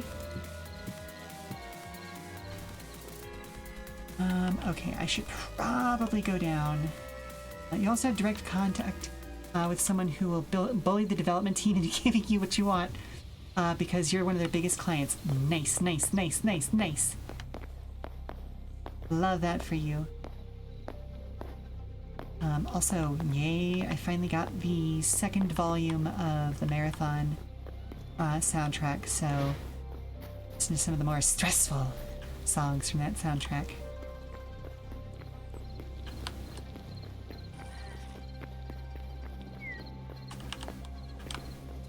Alright, and now we get to fill all of this nonsense in. Up. What are you gonna do, little Skullman? What are you gonna do? I built a wall to keep you out. What are you gonna do? That's what I thought.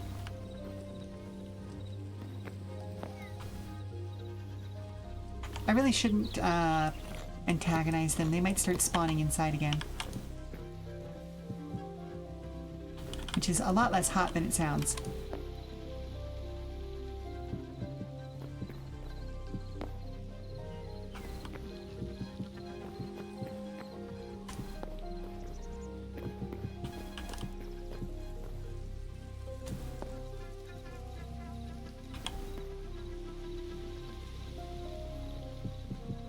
Oh, goodness gracious. Okay, so I haven't gotten to play it all this week.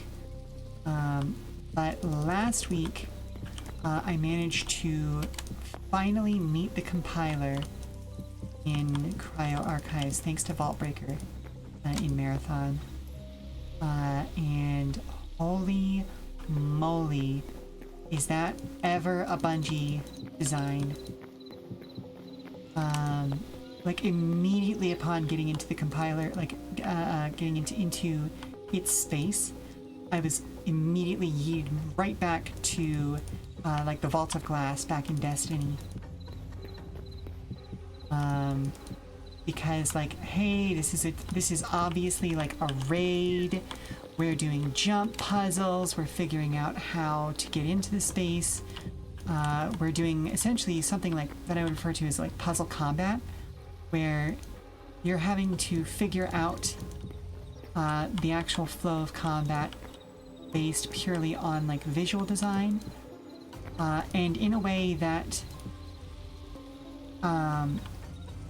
even just to get to the compiler, you will have learned how to do compiler, because a lot of it is tied up in some of like the visual puzzles that are required to go through like Nightmarsh and get all like the best loot there, but then also to do vaults in Cryo Archive. It's very cool. It's so cool. It's such a good design. I love it to death. I love Bungie games. They have been doing what they are doing for a very long time, and very good at it.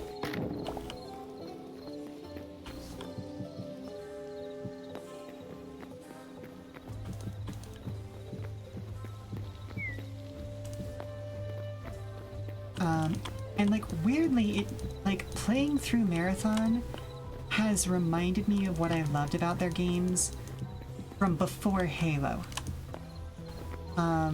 Like it's I was one of those weirdos who was like, I am enjoying the story of Halo, but it's not my favorite game series in existence. Like it doesn't scratch the itch that Bungie games of yore used to scratch.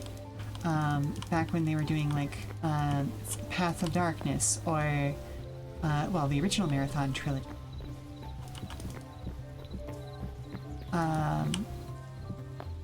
And so I'm so happy that they've actually brought that original love of puzzles back.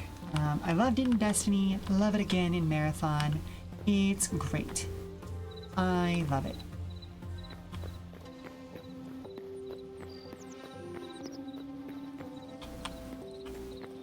And crouch right here.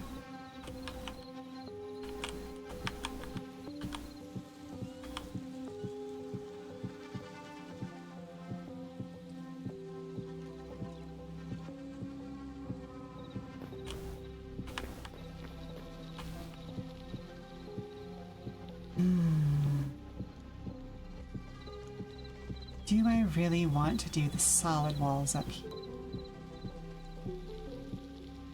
You know what? No, I think I'm gonna go for the decorative inner walls that I've got down below.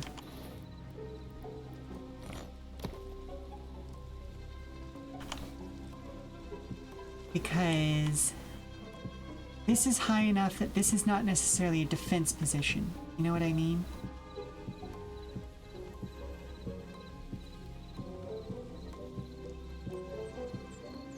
Like, the low walls are absolutely a defense position.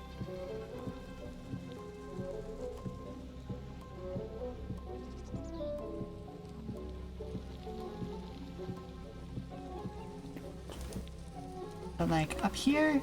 Nah.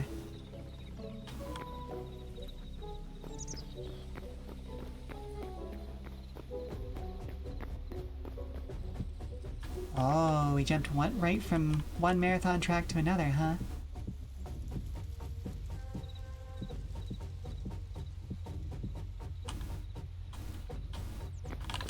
Oh.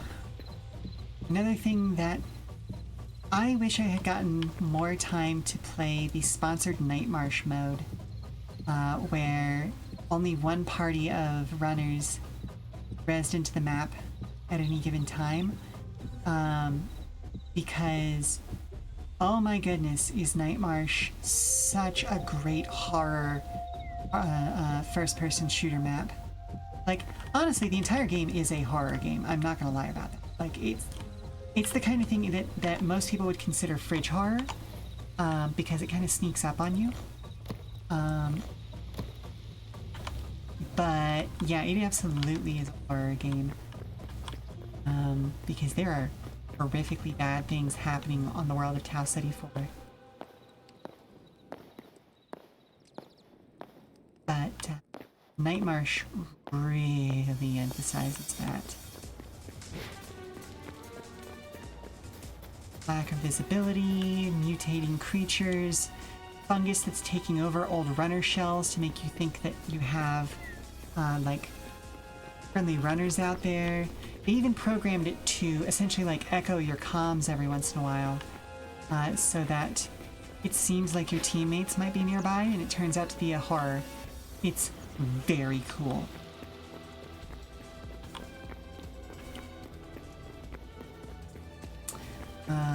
But also,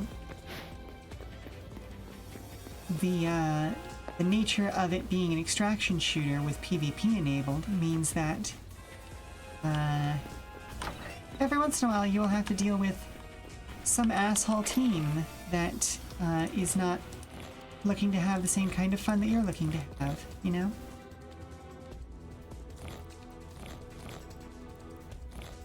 And they will just roll through and decide to make their bad day everyone else's problem.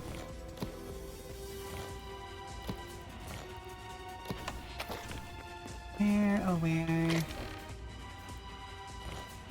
There, oh there.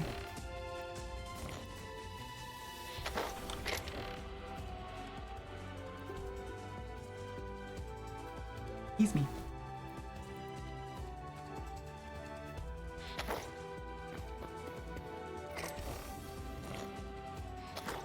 Alright, let's... You...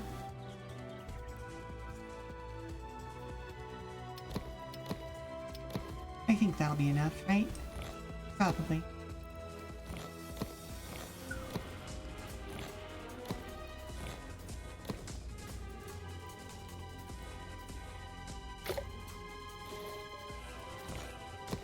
There. There. Okay, cool.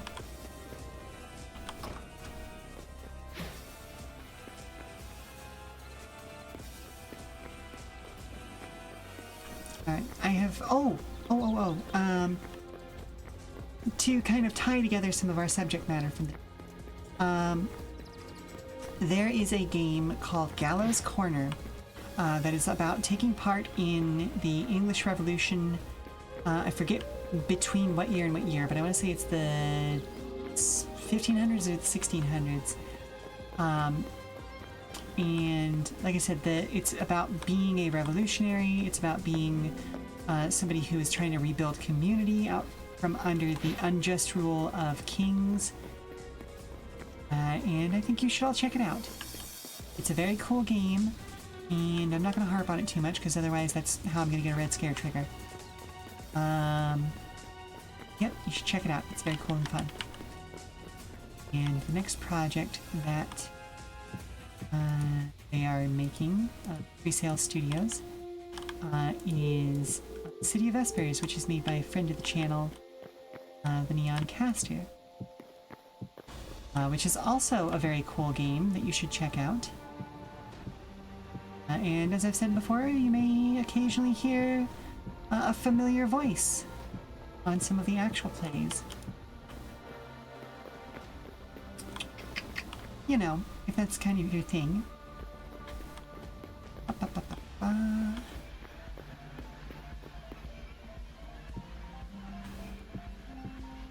And let's see, do I have any other TTRPG stuff? It's important. Stabbiness played one of my games on stream the other day, which I was shocked to find out about. But the game So That Others May Live, which is the one I wrote about Search and Rescue Crews, I was so happy about how that crew engaged with the game's mechanics, because it is like it's a rules-light game, but you don't expect that kind of game to have the amount of emotion in it that I managed to cram in. Because a big part of it is you choose how the world gets worse for your characters.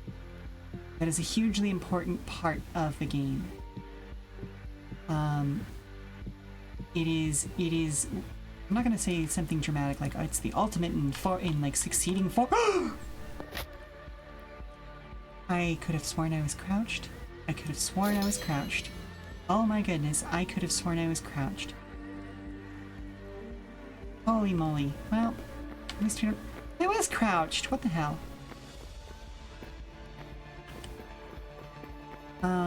Maybe a weird interaction between stairs and blocks did that.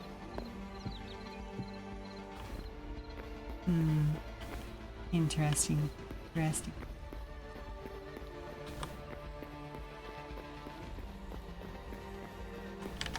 See, now I'm gonna be paranoid about it forever. But whereas, you know, most games are, you know, on a 5 up you succeed, or on a 5 plus you succeed on this 6-sided die, so that others may live focuses on 4 minus rolls, because you are always going to succeed in this game. Like, if you have a plan, you are the big damn hero, you are the person who is here to fix the problem. But things are going to go wrong. And so the 4 minuses represent how things go wrong. And because everything is time-based, you are encouraged to take bigger risks, which increase the odds of things going wrong. And so for every 4 minus that you roll, you have to answer a question based on the stat that you rolled, based on any keywords you used, anything like that. And there's a formal set of these questions. But, you know, just as some examples off the cuff, who isn't listening? What did you miss? What cracks? So anytime something goes wrong, you have to answer one of those questions that are associated with it. And that's why I say that the players are fully in control of how things get worse for their characters. Mom, yes? Can you help me get a snack off the high shelf? I mean, I can, sweetie, but aren't you taller than me at this point? Yeah, but you have that grabby spell that I don't. Alright, good point, good point. Give me a second to finish this row up and I'll be right with you, okay, sweetie? And so yeah, obviously, like, you can play Stomel for a bit of comedy. You can play it very over the top, but it's designed to inevitably get you emotionally invested in putting your own character's life in danger to save the lives of others. Up to including the fact that you don't even count HP in Stomel. Like, there is no hit points or anything like that. You might gain injuries if it feels narratively appropriate, but those are always going to be handled narratively, not as a way of preventing things from happening. The one exception to this is if you fully fail an important roll, or a roll that you feel is important, like where no dice come up as successes, you can instead choose to make a heroic action and have your character sacrifice their own life to instead get full successes on something. And in turn, make sure that through their sacrifice, everything works out so that others may live. Hence the name of the game. And so, like, it's very fun. It's very emotional. And you should definitely check out Stabbiness's episode that they just did. let me, in fact, shout out Stabbiness. Yeah, there you go. So go check them out. They also do, like, that whole crew does a bunch of really cool TTRPG stuff, including Decolonized Dungeon, which is all about, well, decolonizing dungeons and or dragons, as it were. No, they don't actually use D&D, but it is about, like, taking fantasy tropes and turning them into a more equitable world. So, I'm doing a bad job describing it. Go check them out. They're cool people. But I'm gonna go help Dare get a snack real quick. Everyone stand up, stretch, refresh your refreshments. We'll be back on the other side of the 5, okay? Alright, sweetie. Let's see, we are out of string cheese, but we do have popcorn that I picked up on the last run down to the store.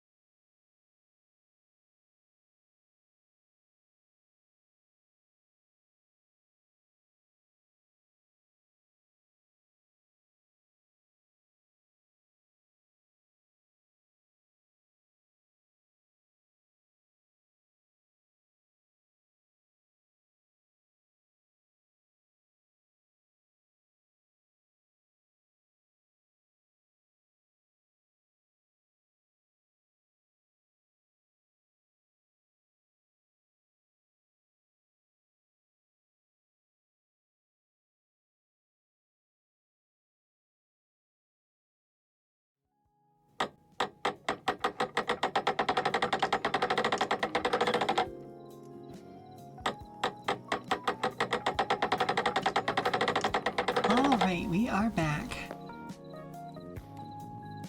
On the right side. Okay, we're on the wrong side of the morning now.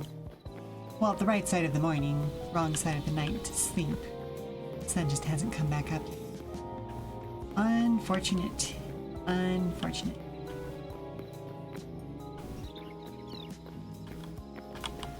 But that doesn't mean that we can't get a head start. But yay, you're back from the work bitch session. Was there much productive bitching done? Or did it not end up to your liking?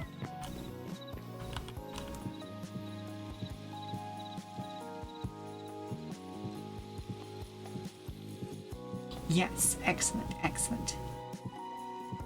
Love it when some productive bitching gets done and things can be improved.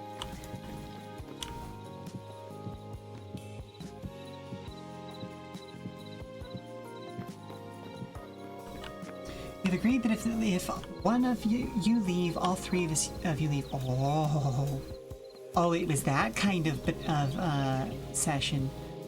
Then hopped into your lap, complained for 5 minutes, then left. Aww. He was purring the whole time too. Aww. Love that for you.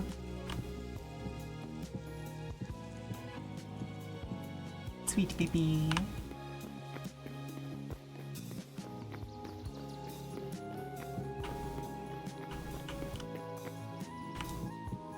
Oh. Use you. You belong there.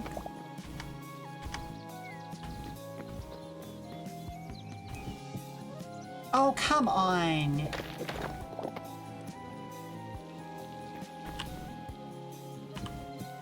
There we go. I don't know why it wasn't locking that facing before.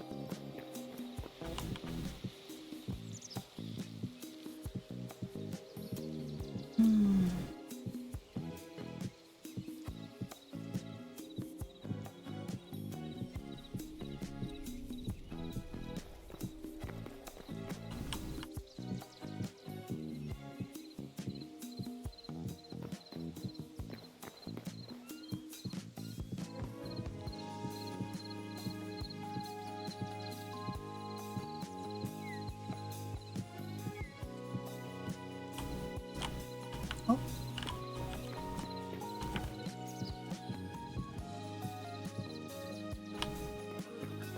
All right, so next topic of discussion.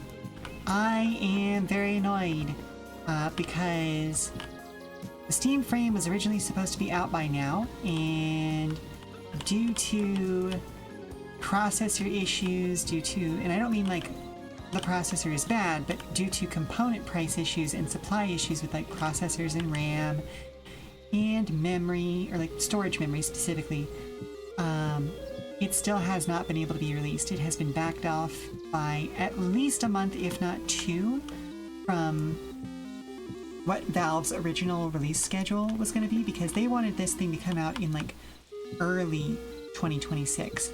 So, but honestly, like by March would have made the most sense. And yet here we are in August, and they're still struggling to fulfill Steam Machine and Steam Controller orders due to the absolute bullshit that is the electronics market right now. And I feel bad for them, but also gimme, you know?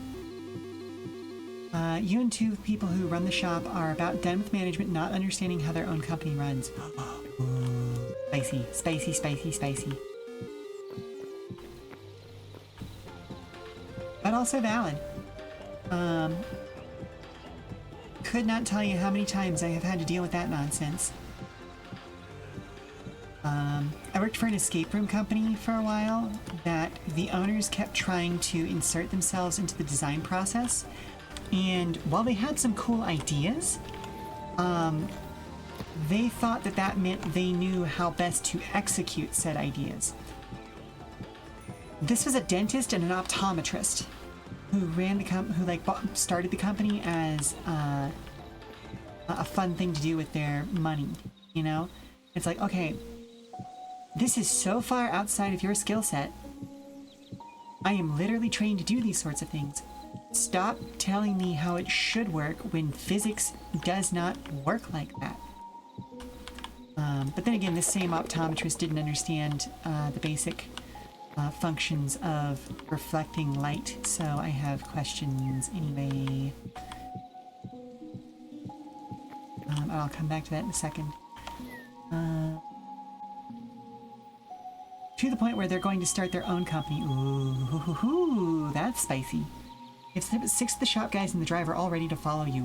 Ooh, that's gonna be fun. I'm sure that won't cause any hurt feelings whatsoever.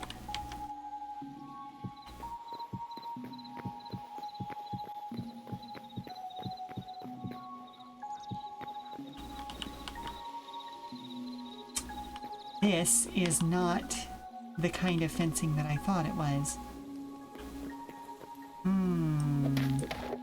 Well, I'm glad I didn't make a whole boatload of it.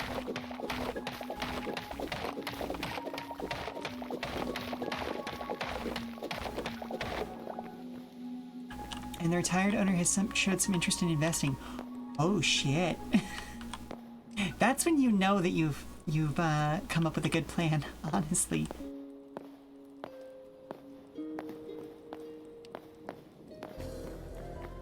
What is the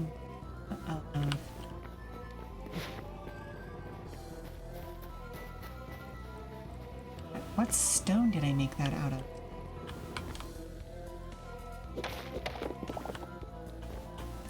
Oh, it's basalt. Of course it's basalt. Why wouldn't it be basalt?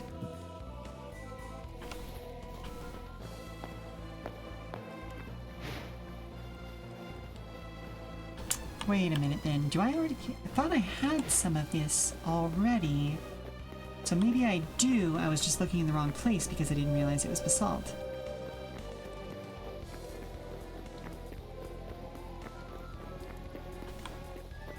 Anyways, the result of the business chest is you're going to start working on the business plan. That's, yeah, no, that's a step in the right direction by the sounds of things.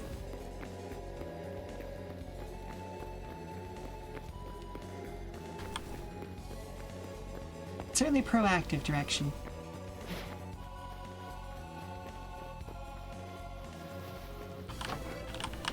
Alright, let's see. Okay. So that can go there. I break some of these out again.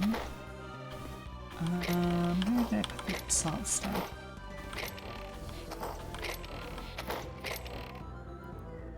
Oh, that's volcanic brick. There's the basalt stuff. Okay, I did still have some of those. Good to know.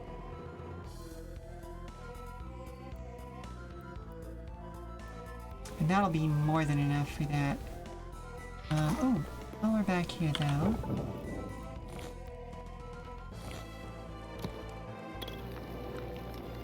There we go.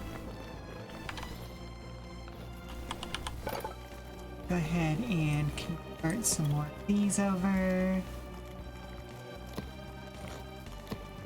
Bada bing, bada boom.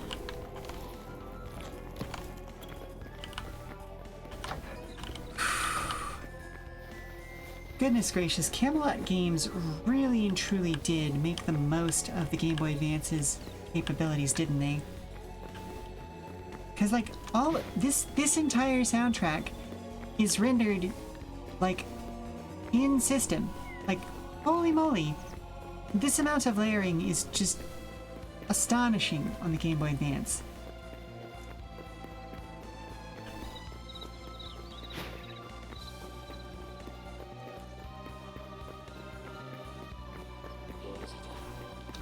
Alright, whilst we're here, we're gonna go and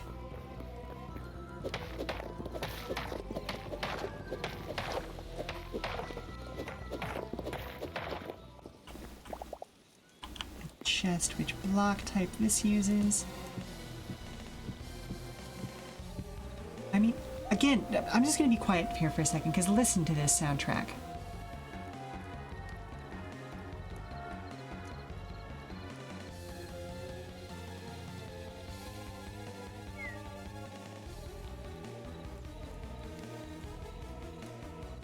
It's such a cool soundtrack, isn't it? Like, at any given time, it's at least 3 different layers of instruments. And it's all very, very cool. Taking the most advantage possible of the capabilities of the Game Boy Advance, and pushing those limits pretty hard in a couple of places.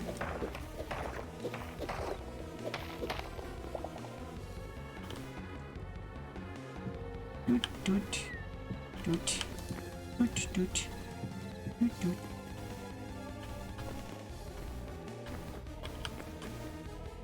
Let's go ahead and put a torch there and one there.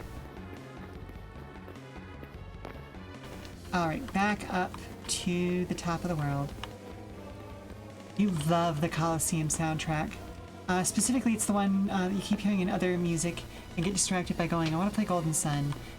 Yeah, yep.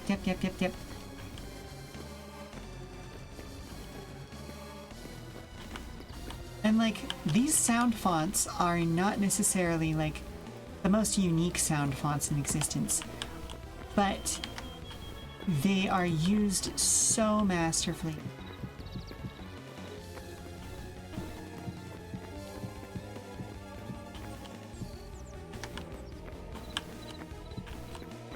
That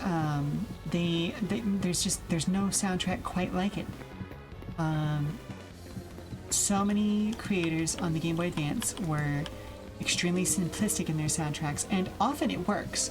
Like the Boktai soundtrack, another great example. It's on this list, or like this playlist. Fantastic soundtrack, very simplistic. They did a lot with very little. But then you hear Golden Sun and go, how the fuck?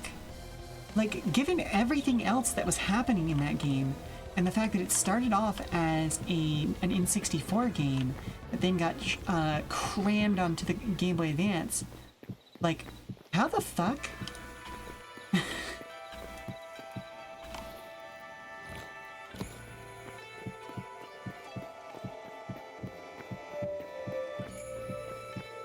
Is this gonna be enough? I guess we'll find out here in a second. Oh yeah, it's enough. Okay, good. Yippee!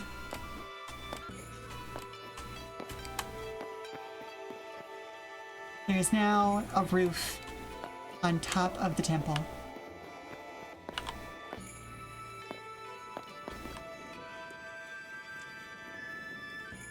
I will need to figure out how I want to light this, though.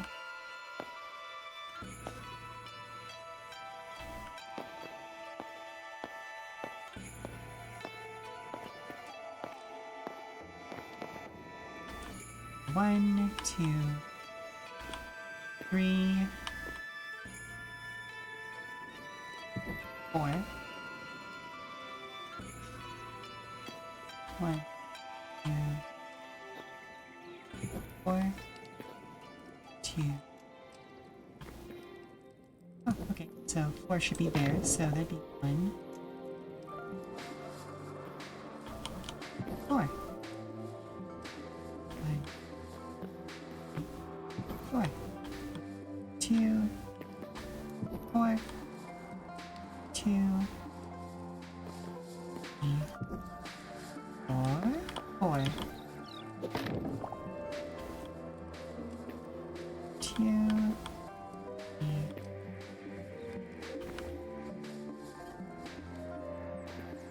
Oh, okay, 4. 1, 2, 4, 2,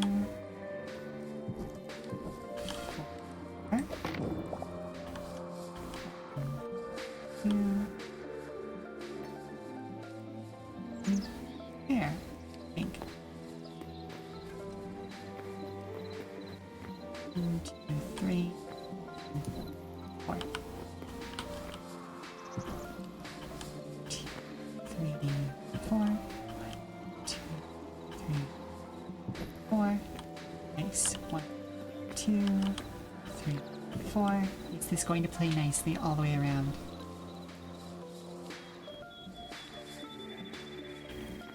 2, 3, 4. 1, 2, 3, 4. 2, 3, 4. 1, 2, 4. Nope. 1, 2, 3, 4. 1, 2, 4. 1, 2, 3, 4. 1, 2, 4. 1, 2, 3, 4. 2, 4. 1, 2, 3, 4. 1, 2, 4. 2, 3, 4.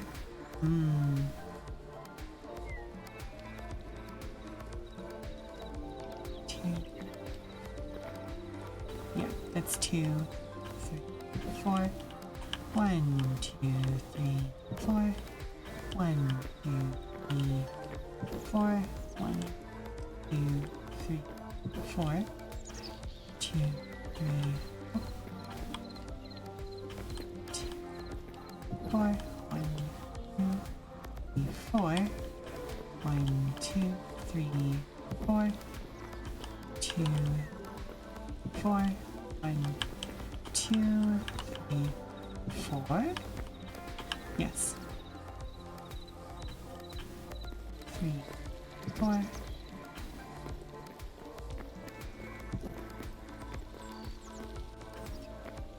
Four. Beans. Ah, well. Nothing is perfect.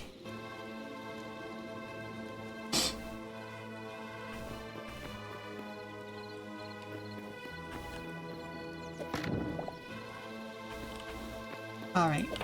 Since I can't do it in standard spacing, what I'm going to do instead is set up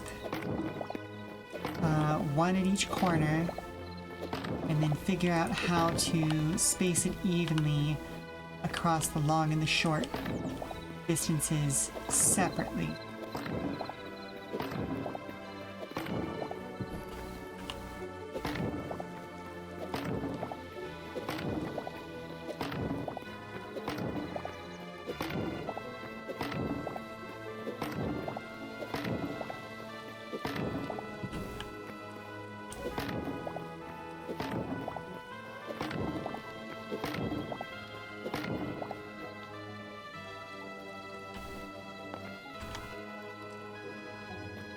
Alright, so 1, 2, 3, 4, 5, 6, 7, 8, 9, 10, 11, 12, 13, 14, 15, 16, 17, 18, 19, 20, 21. So a total of 23. Huh. Don't like that. 2, 3, 4, 5, 6, 7. 1, 2, 3, 4, 5, 6, 7. 1, 2, 3, 4, 5, 6, 7. That doesn't. No, that doesn't work either.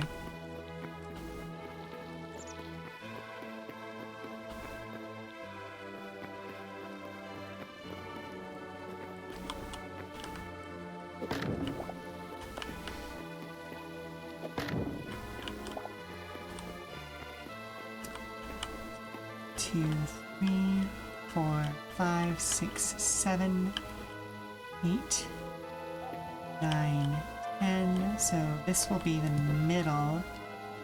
Yeah, that looks right. Got 1, 2, 3, 4, 5, 6, 7, 8, 9, 10. 1, 2, 3, 4, 5, 6, 7, 8, 9, 10.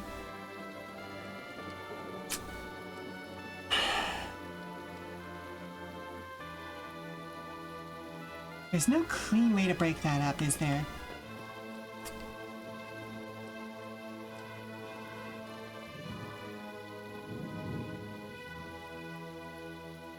Suppose I could do double torches at the 5 and 6 if I really wanted to get something in there.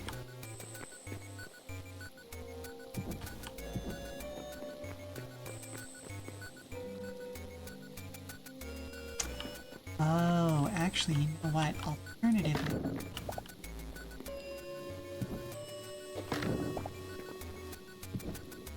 if I plan to put a roof on this so that it's enjoyable in the rain, similar to what I did over there, then split the difference on these corners and go 1, 2, 3, 4, torch. 1, 2, 3, 4, torch.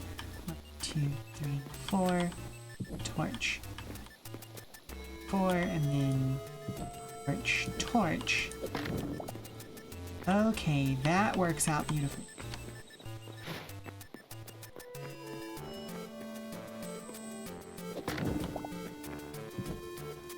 Oh, actually, speak of the devil and he shall appear. This is the Boktai soundtrack.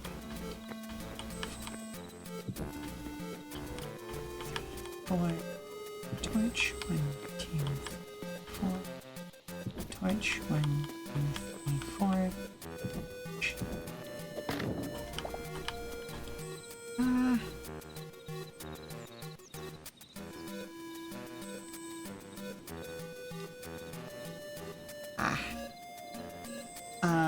Yeah, you can hear how much more simplistic the sound font is here.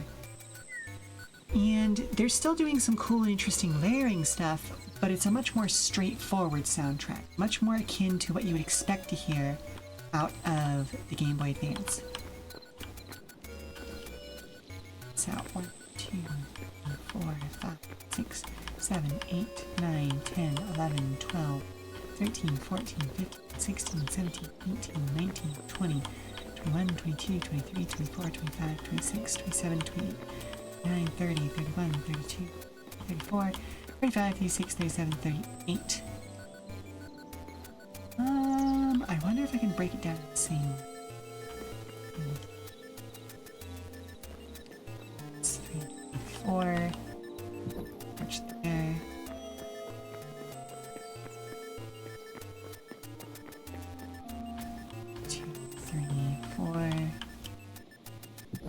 Arch. 2, 3, 4. Arch. I don't think this is going to end up nice. I'll figure it out. Arch. 1, 2, 4. Arch.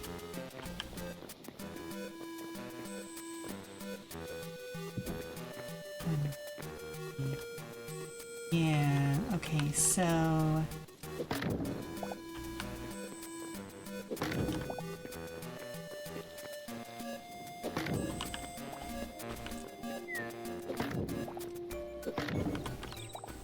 see, essentially we have 36 in there, so let's try out our standard distance. 1, 2, 3, torch.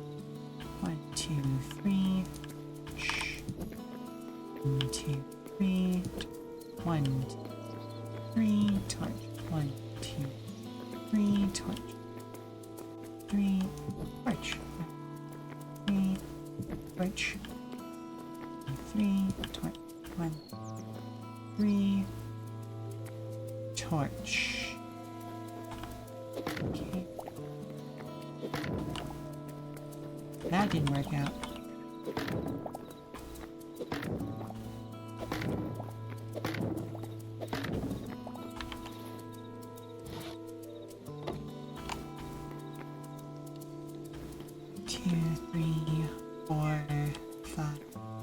So then 6 probably also wouldn't work out. Let's try it in 7s.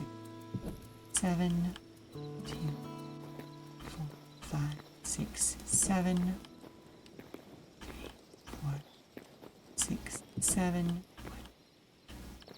4, 5, 6, 7, 1, 2, 4, 6, 7. Damn!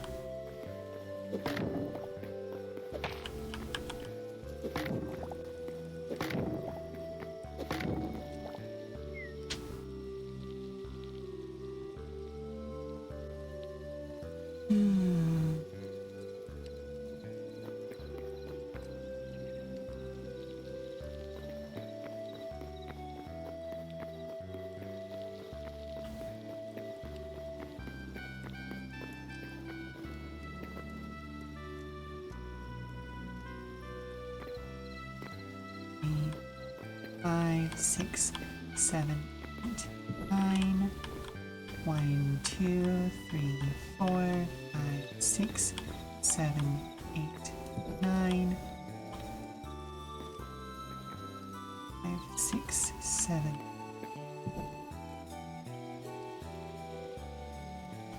5, 6, 7, 8, 9. Damn, so close on that one.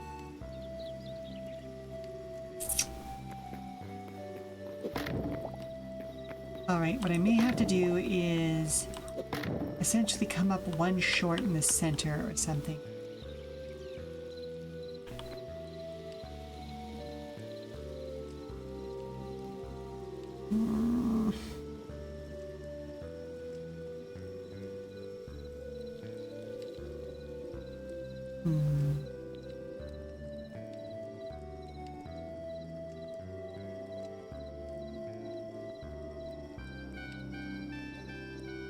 Essentially, this is a 40 block span that's been reduced to 38 because of how I've done this corner here.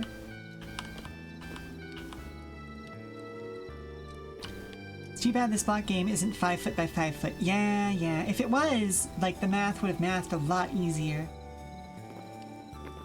But here we are. Here we are.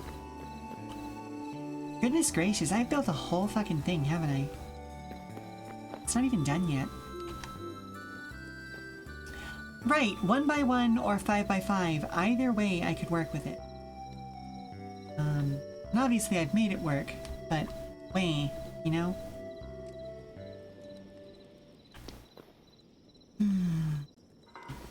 Let's see. That's 2, 3, 4, 5, 6, 7, 8, 9, 10, 11, 12, 13, 14, 16, 17, 18, 19, 20. So theoretically I should do another one there, so it'll be 1, 2, 3, 4, 5, 6, 7, 8, 9, 10, 11, 12, 13, 14, 15, 16, 17, 18, 19, and then 20. Okay. You created a whole template, went to duplicate. Oh, up. Duplicate it, and make a different one on a different month, and now it's gone. You can't even make new ones? Huh? But no, it has to be 2'4". It's so stupid. Letting the server reboot and clear cache if it doesn't give it back. Yeah, no. The aristocrats, you know? It's but reframed for programming.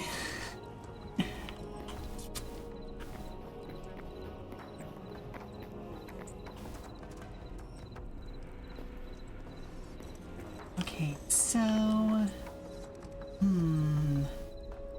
we have our middles. So what if I do 1, 2,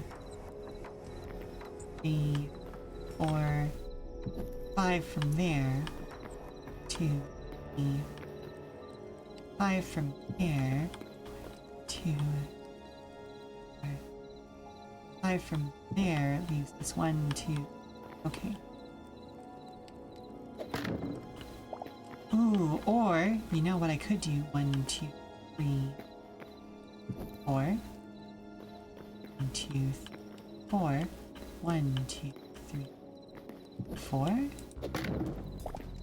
1, 2, 3. Oh, that didn't work at all. Beans!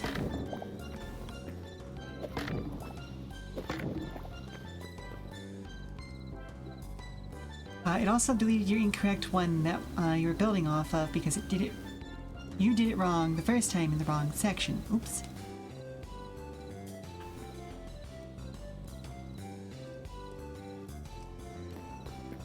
Oh, you know what though? Because this is actually only 19 to the next torch, we do have a specific middle. So 1, 2, 3, 5, 6, 7, 8, 9, 10. 1, 2, 3, 4, 5, 6, 7, 8, 9, 10. Okay, cool. Step back from that.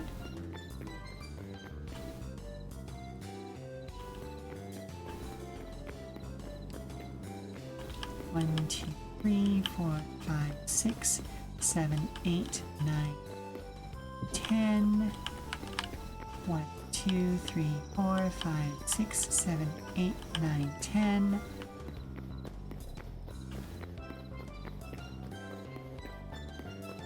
All right, well, I'm not convinced. Oh, but you did work on it. Fair enough, fair enough. 2, 3, 4, 6, 7, 8.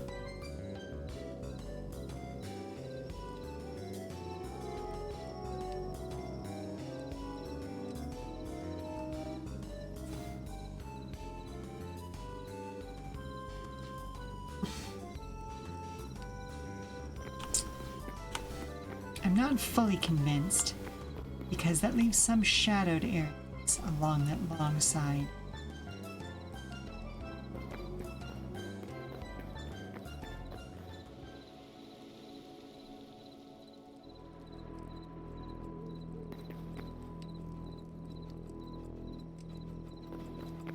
I really wish this was an odd number of blocks, because having like a middle, like an actual true middle, would solve this problem.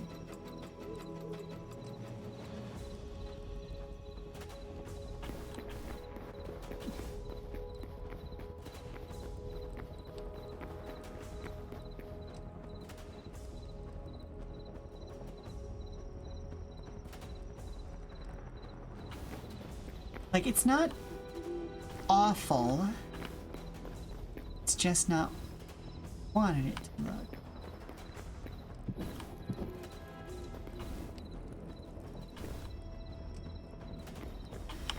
One, 2, 3, 5, 6, 7, 8, 9, 10. 1, 2, 3, 4, 5, 6, 7, 8, 9, 10. Okay. 1, 2, 3, 4, 5, 6, 7, 8, 10. 1, 2, 3, 4, 5, 6, 7, 8, 9, 10. Alright, well, you know what? At least it's symmetrical. And I'll install more stuff up here later. The next challenge is unfortunately going to be putting windows in this gigantic ass tower. So I'll be making some thorough use of dirt. Get that accomplished.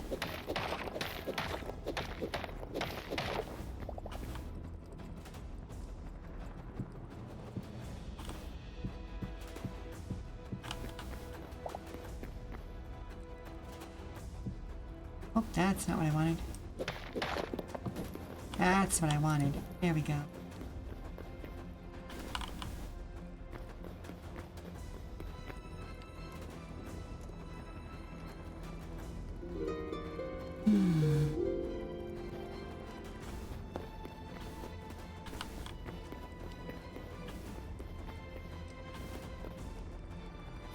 All right. So, the walling process is complete here. Let's start looking at roofing.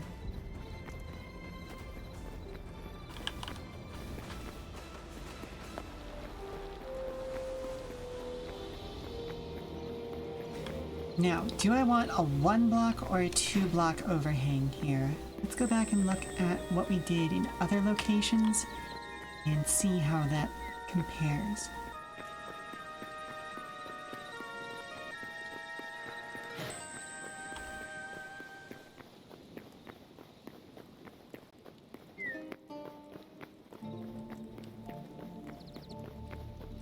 Ooh, this is a rarity for us. Get a bit of the old Mechanicus soundtrack. Alright, so... Alright, we did a 2 block overhang around this. But for our actual building, we only did a 1 block overhang. So, 2 block overhang I think makes sense for the top of the walls eventually.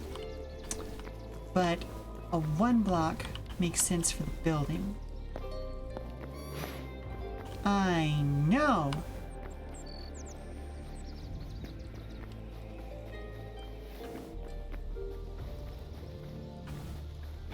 Yeah. Yeah.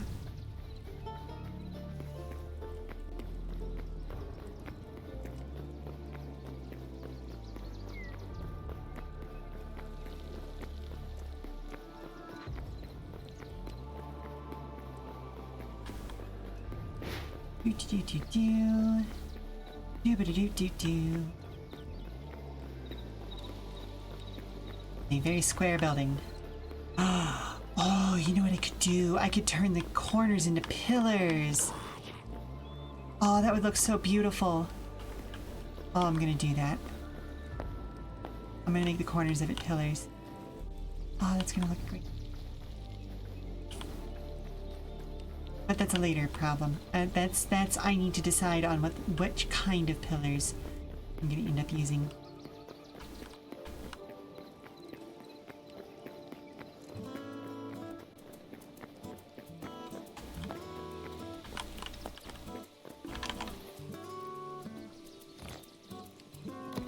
Alright. Let's get the old roofing supplies out.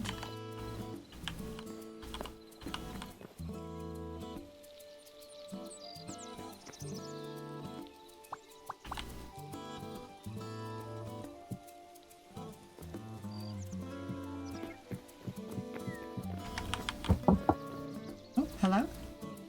Hey, Mom! I'm having trouble with that dance move you showed me earlier. Alright, sweetie. Well, show me what you got. Up and down and... Alright, I see what's going on here. Give me just a second to... I've set myself up for future success, and I'll be right with you. Okay. Just gonna get this done all the way across.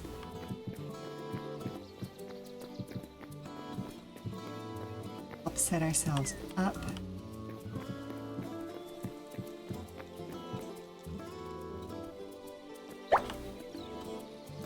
Oh, thank you very much for the actual size. I appreciate it.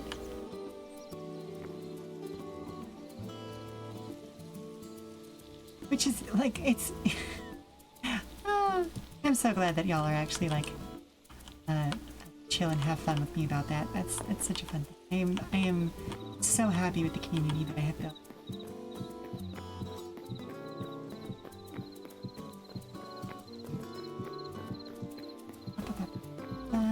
Okay, so that runs me out of that.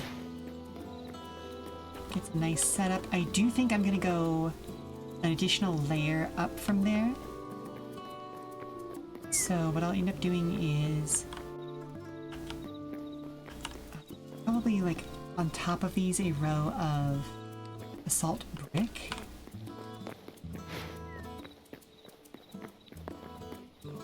Convert some of those over now. Then I need to go work with Lila on some dance moves.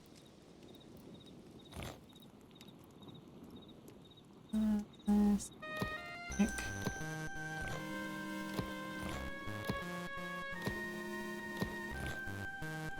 Down. There we go.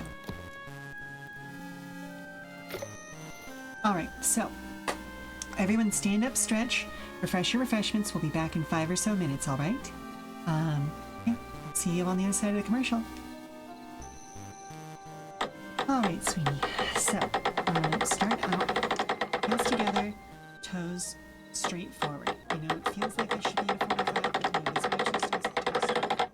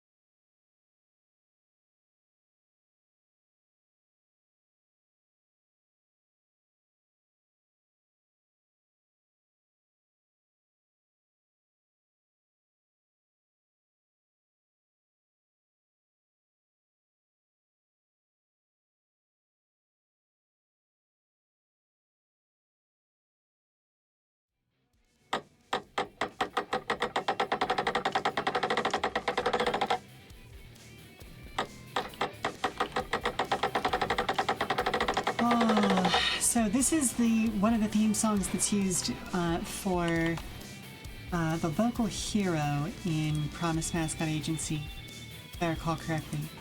And oh my goodness, it's so good. Again, that game is great, and you should definitely go play it if you have not done so. Yeah.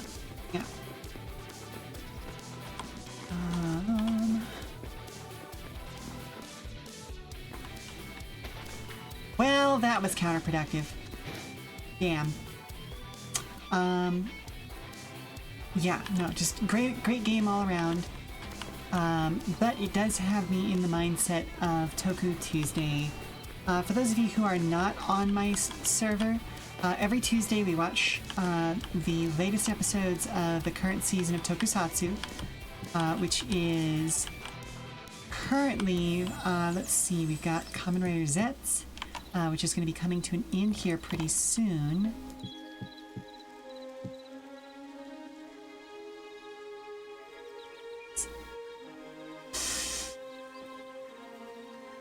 I should make this part of it into the standard decorative blocks, shouldn't I? And then save these bricks for areas that will need to be covered with flat roof. But yeah, no, Zets is going to be coming to an end here pretty soon. And then we're going to get Kamen Rider Mice. Replacing him, we've got Omega Horn as our current running part of Project Red. And what else is running right now? We got whatchamacallit? Ultraman Teo, currently running. I feel like I'm forgetting one. Part of that may just be the fact that my brain keeps wanting there to be a Super Sentai series, but there currently isn't one running because the series is on a break for a combination of reasons that Toei has not spoken about, but I am strongly of the opinion has to do with contracts and licensing for Sentai and Power Rangers, and the fact that first Saban and then Hasbro and then Disney and then back to Hasbro basically has a stranglehold on that series, unfortunately, because they literally physically are not allowed to do toy sales for Sentai outside of Japan because of the Power Rangers contracts.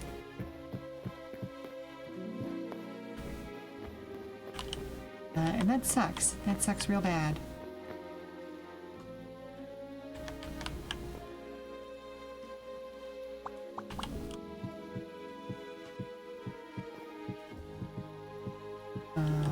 And like I said before, I am strongly of the opinion that that's a big part of what led to the current pause in Super Sentai series. Because if they can't make money off of it, well, then, you know, they can't make money off of it. There's no reason for them to continue producing. Okay, Toku shows are expensive.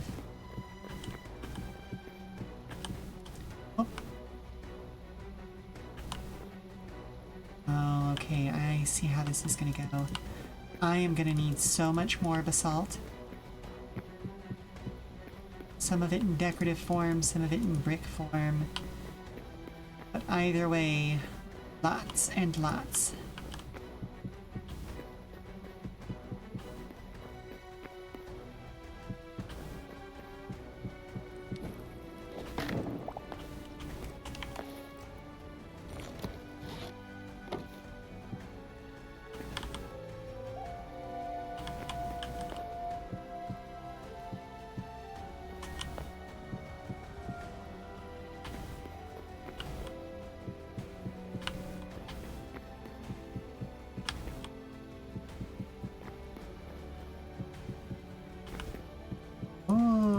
graphics are chugging today. I don't know if it's the most recent update for Hytale or if it's something on my system side that's causing bugginess. I do know that there is a new version of OBS out. I should probably upgrade that. There's also a new version of Vignon that I should update. Wondering if maybe like those are a little more compatible with my graphics drivers or something.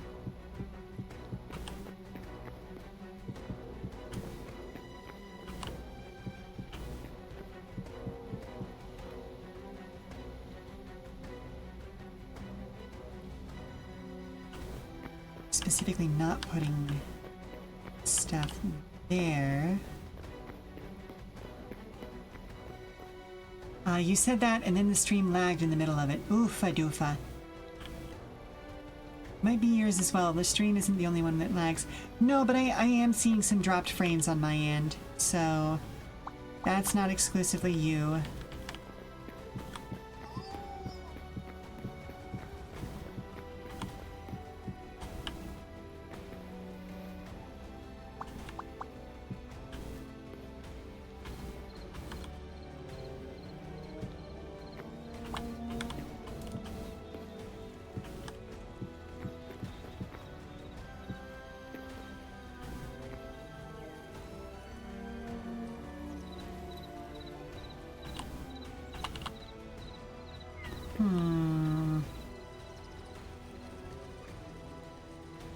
Feels a little silly to put roofing up under there, but better safe than sorry.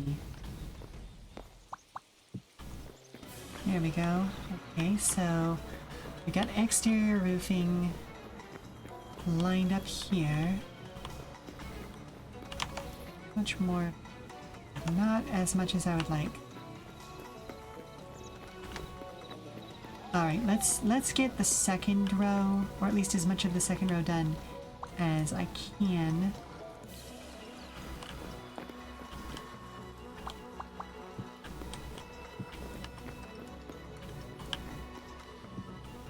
Oh, thank goodness that popped automatically.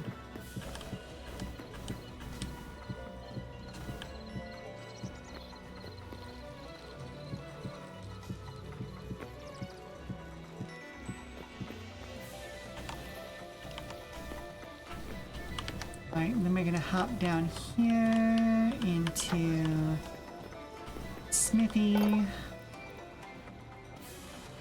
And we're gonna convert some stuff over.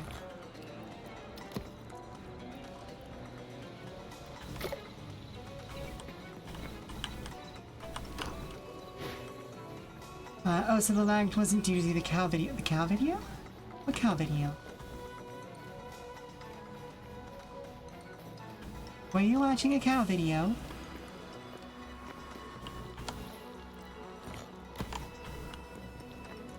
Or is this a bovine joke?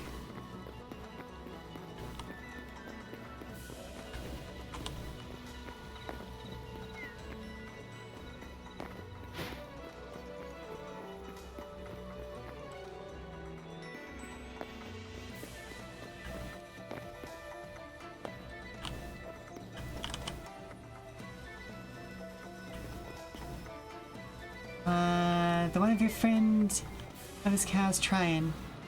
Huh?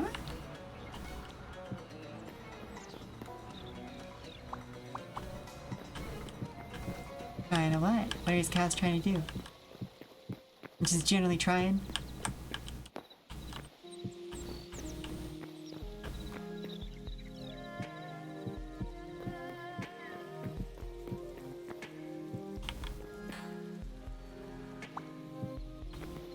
There we go. Alright, so we've got 2 layers of roofing done here. I know!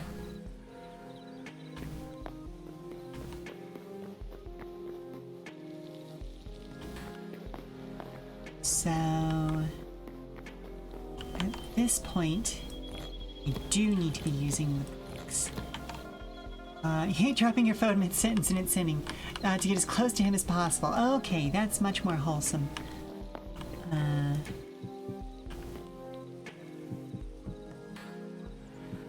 adorable.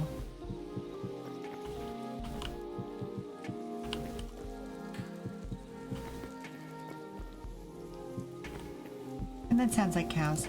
Honestly, like that just sounds, that's cows. That's just cows. I love cows. Cows are great.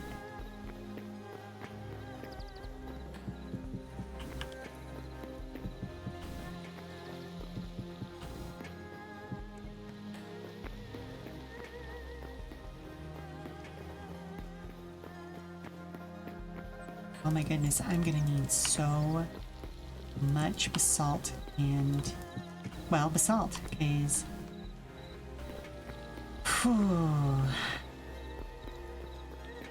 this whole area needs to get roofing tiles.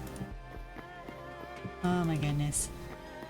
And those flat roofing tiles, I have traditionally then stuck basalt bricks underneath.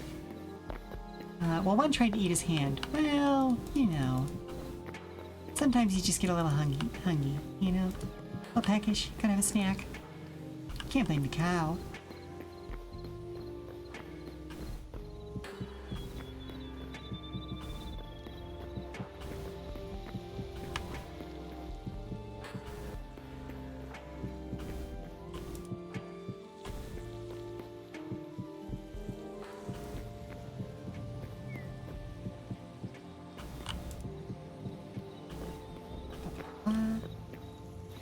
Oh, I'm running out.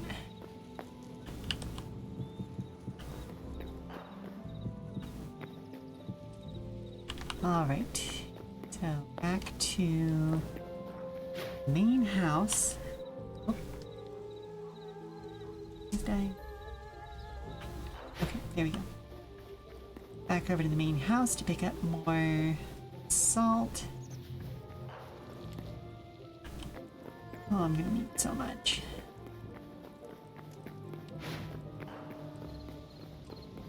So I'm thinking that the beginning of next stream will just be mining as much basalt as physically possible to carry over.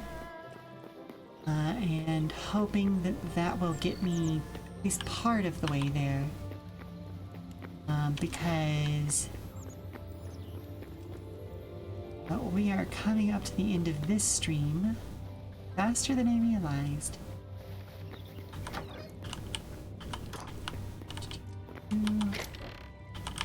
Let's require stone, salt.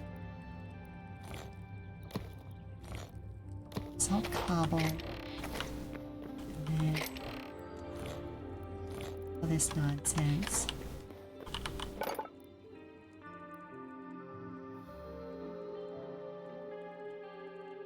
So, let's see. At least some of this is going to need to be converted into bricks.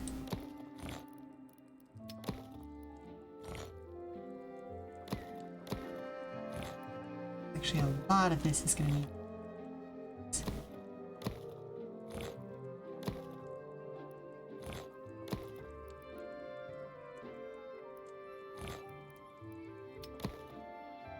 Being said, send a couple of these over to roofing chunks. And one last one to bricks. Leave these 4 as the ornate version for now.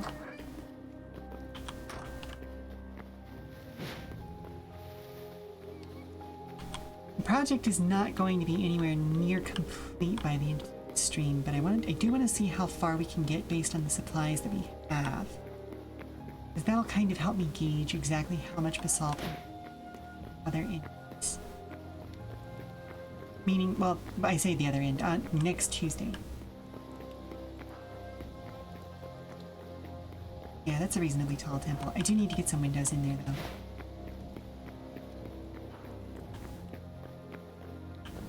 It is around that time when the sun sets, though.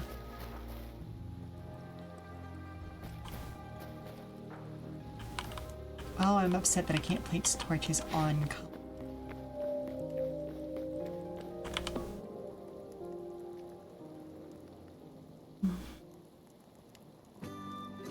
But yeah, I'm definitely thinking that the corners, like the exterior corners of the temple should be columns. And then what I may do is I may make the sides of the windows into columns as well. And then I don't know if I want to do that though, because I don't necessarily want the interior space of the temple to, like, it should be fairly climate controlled as well, simply because, well, it's a temple. But yeah, I don't know.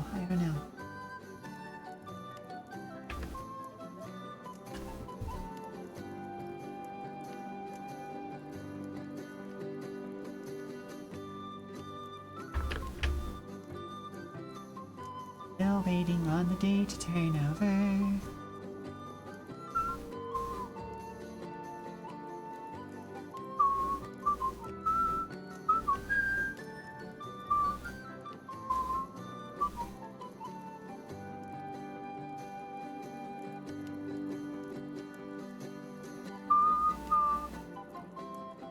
Nope. Okay, I clearly don't remember this song well enough. Oh, email sent off for assistance since it's still gone and still broken. Oof. Oofa doofa.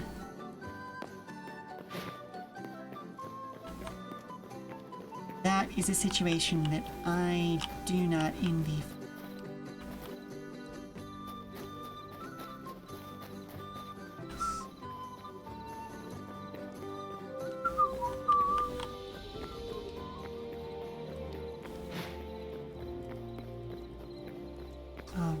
So let's take a look.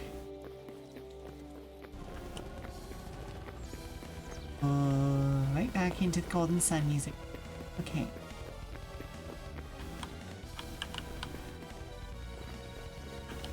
Let's see, that one got finished up. It's the next one I did. Yep.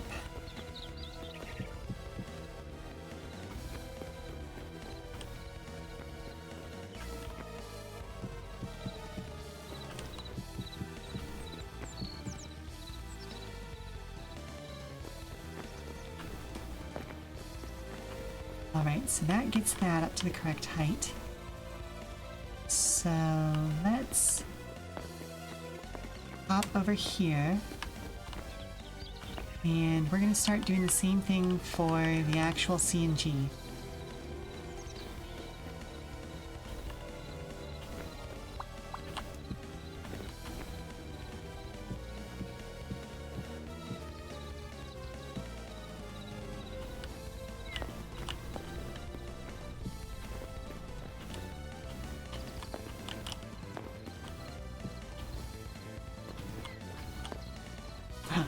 Oh no! Oh no. Hang on a second.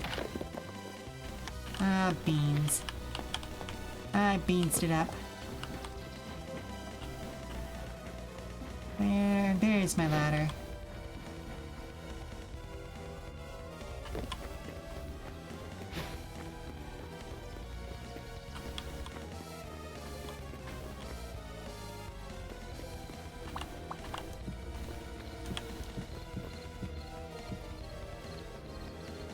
Okay, both of you know that's not where you were supposed to go. Rude and uncalled for.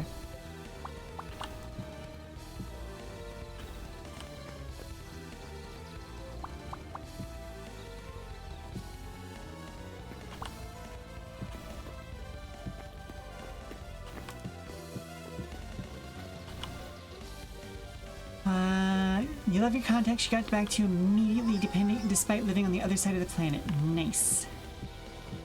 Love having good contacts. Oh, excuse me. Oh, hello, sign.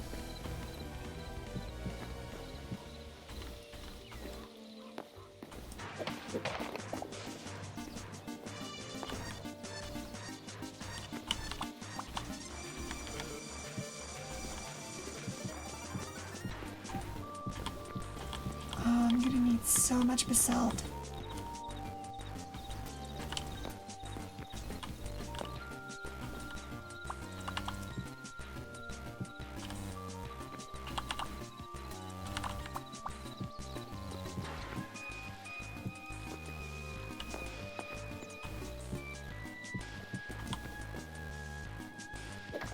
Oye.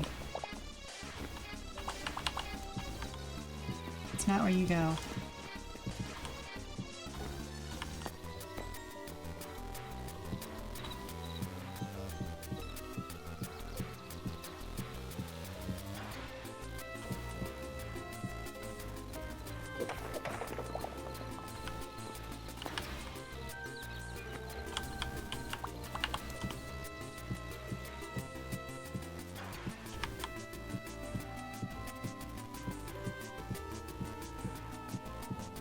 It's going to be real interesting working in the rooftop units for the air conditioning.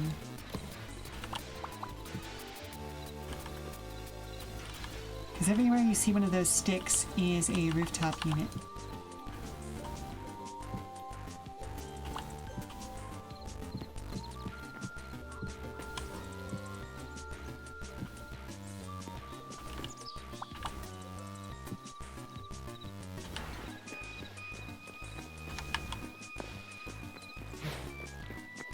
All right.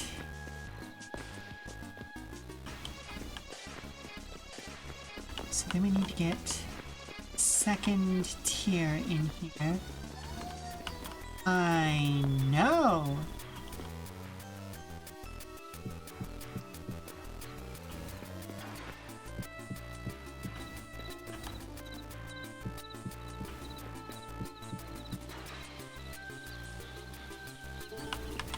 Alright, I'm not going to go through and do the full thing right now.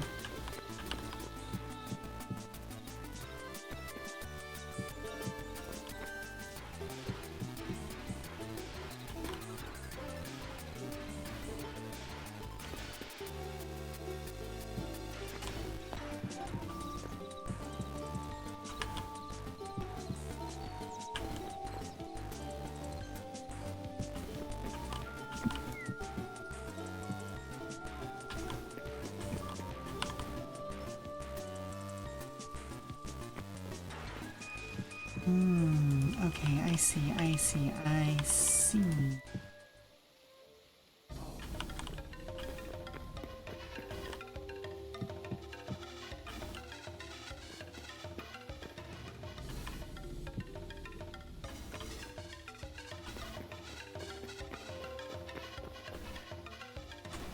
Remembering where I put all of the structure.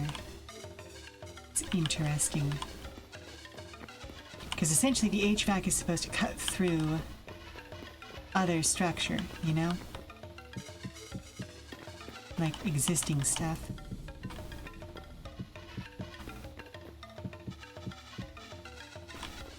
Go. 4, okay, so 1, 2, 3, 4 should go there.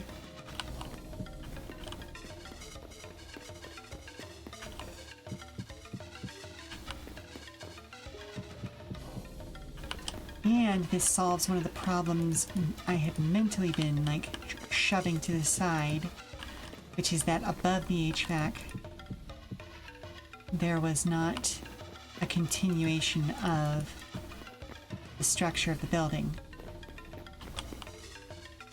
And now there is. So yippee, hurrah, and huzzah.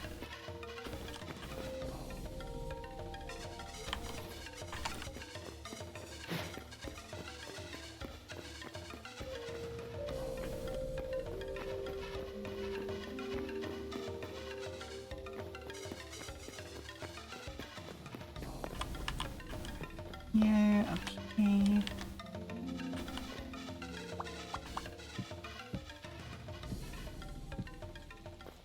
Oh, that's supposed to happen right at a corner, basically. That's gonna be fun to fudge. Okay.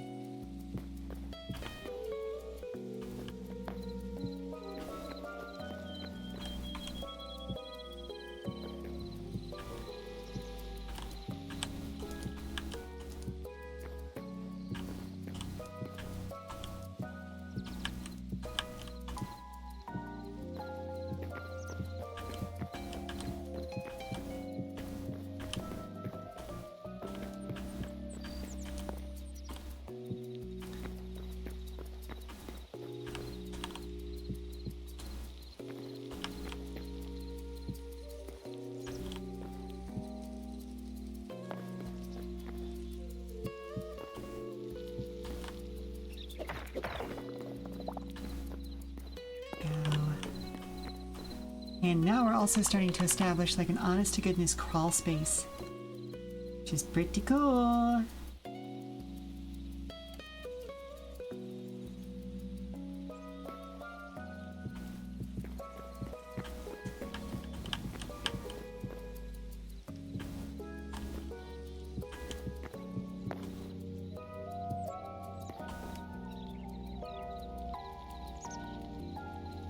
Oh, I have messed up. It's supposed to go there.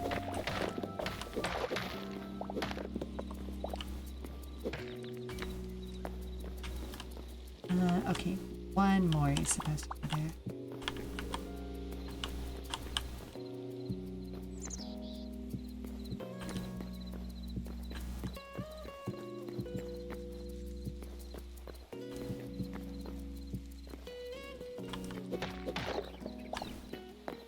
Get back me. Oh.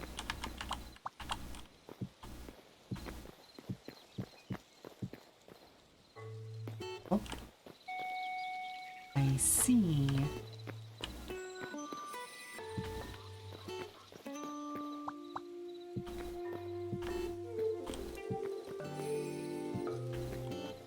I'll deal with that later.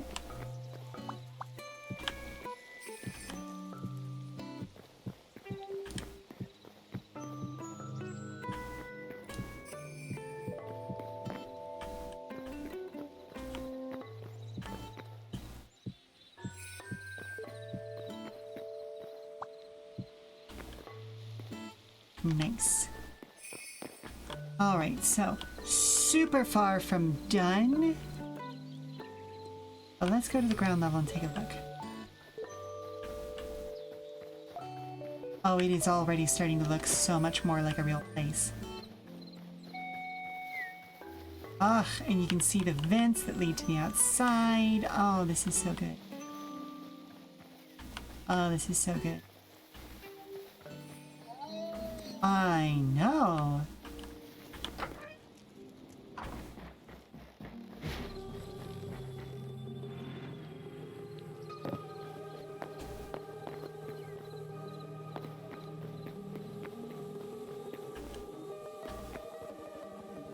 Right, that I do need to figure out. Oh, that's not what I want.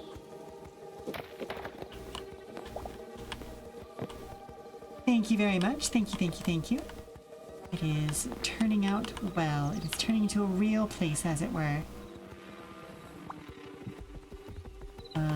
Wow, really? I was one roofing block short? Oh my goodness. Hang on a second. Let's get over here. Oh, excuse me.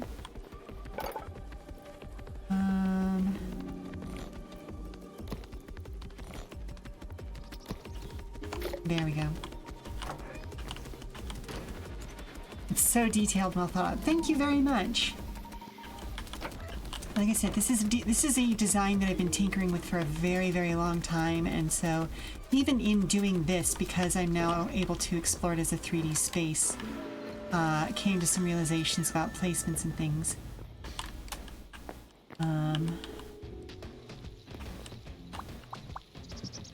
And I would love to do this as like an actual like I say a physical space, as a space that you can explore in like VR chat or something like that someday.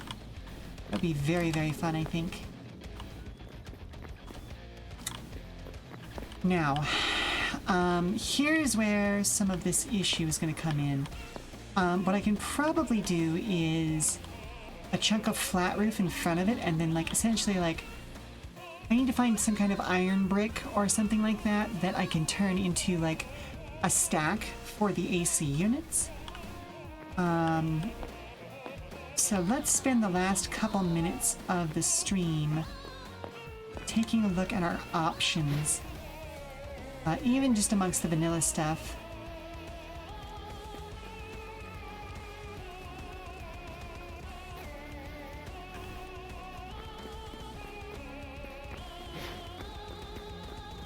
And then, oh my goodness, I still need to put a roof over this entire walkway, all over the entire top parapets. It's a whole thing. Oh, I'm gonna need so much basalt.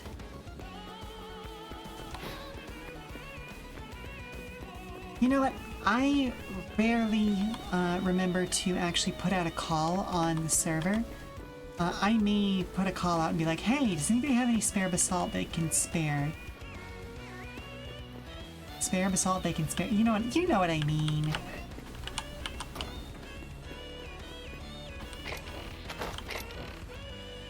Okay, let's see. Ooh, you might. Okay, fair enough, fair enough. Oh, there's not just iron bricks, huh?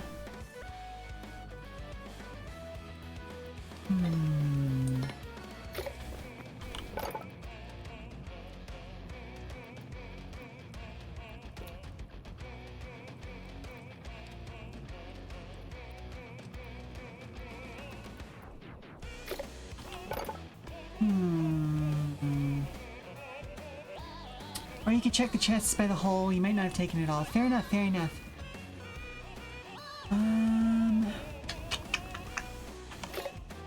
Let's see. Do I have anything else flavorful? Let's take a look at sandstone and red sandstone. Quartzite.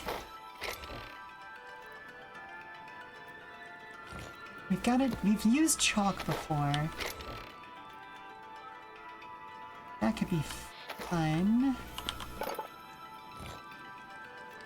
Okay, that's the only ornate brick we can make out of chalk. Ooh. That could be nice. That looks fairly magical. Ain't not much we can do with dirt. Ooh, that looks pretty magical. So, sandstone is a possibility. Quartzite, not so much. But I also don't have any natural quartzite. It's all like a specific... already been made into bricks.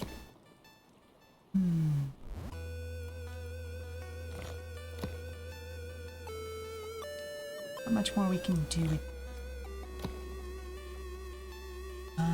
do I have any volcanic cobble?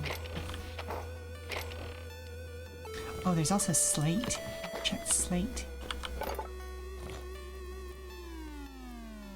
Oh, that's pretty cool, but I think it's gonna blend in too much.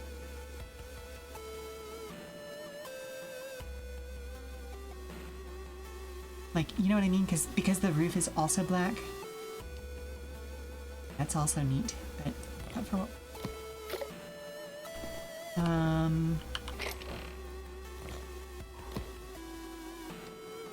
Well, I'll mess around with it in between. And then I'd say immediately go messing around with her. Yeah, no. Alright. Hey there, Buns. Sorry, and everybody's name for some reason today is purple, and so I didn't clock that you were here. Hello. Hope you're doing well.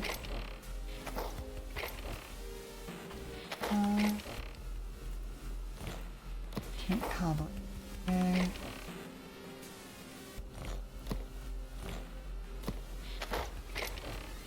Right, brick goes back to there. There, oh wait, there, oh.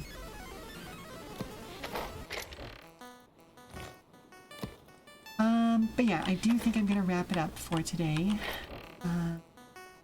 Like I'm just energy-wise starting to wind down. We are gonna need so much basalt between now and then. If I think about it and do something smart, what I may do is I may go mining in between now and then to build up my basalt levels. But for now, hang on, let's head up to the top of the temple. I know, little mouse, I'm sorry, I'm big and scary. Let's head up to the top of the temple to kind of take a look at what we've accomplished today, because today has been a big accomplishment. I am still going to need to go get more hardwood so that I can make beams for inside the temple, and then cut windows and all of that. But that'll be for a later date. Hup. Ow, my knees.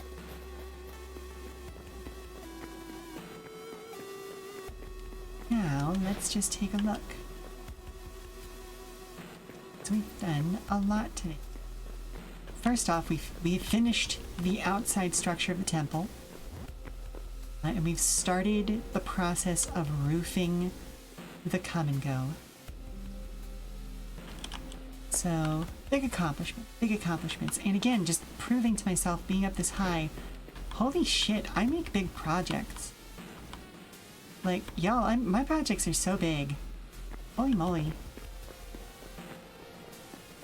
Like, I always feel like my stuff is really dinky compared to everybody else's stuff, but then you see it from this perspective, it's like, oh no, that's big.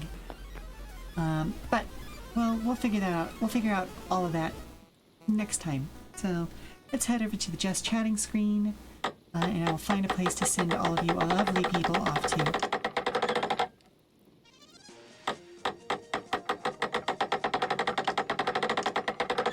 Alrighty, so thank you very much for stopping by, weary travelers. I hope you've enjoyed today's Hytale stream. I will be back on Friday, August 14th, more Final Fantasy VII Rebirth. Last week we continued our date with Tifa, but were rudely interrupted by a shooting involving somebody who looked suspiciously similar to Barrett, but we know, thanks to the power of narrative, that it was not Barrett. Somebody who had a gun on the opposite arm and was of a much lighter skin tone. So clearly this is going to be tied into Barrett's untold backstory. Anywho, now we are neck deep in a criminal enterprise and only wading deeper in that game, so I look forward to figuring that out. Until then, for more information about future streams, keep an eye on our Blue Sky at Come and Go Tavern for announcements and daily check-ins from the Come and Go. I have been your hostess, Sheela Ornthalis, and if you need to prop your feet up for a little while longer, we've got some more entertainment coming up soon via a raid. So let's take a look at the menu and see who's online right now, shall we? That is going right back to my chat. That doesn't look good right now. Let's see. Ooh, choices. Alright, I gotta go based off of viewer numbers for right now. Let's go bother Rosenthorn. Let's see, how long has she been streaming?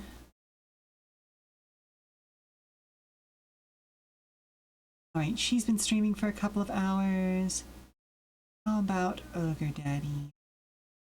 Also for a couple of hours. Okay. So, all things being equal, we'll go bother Rose for now. Alright. You got your project restored! Yes! Nice!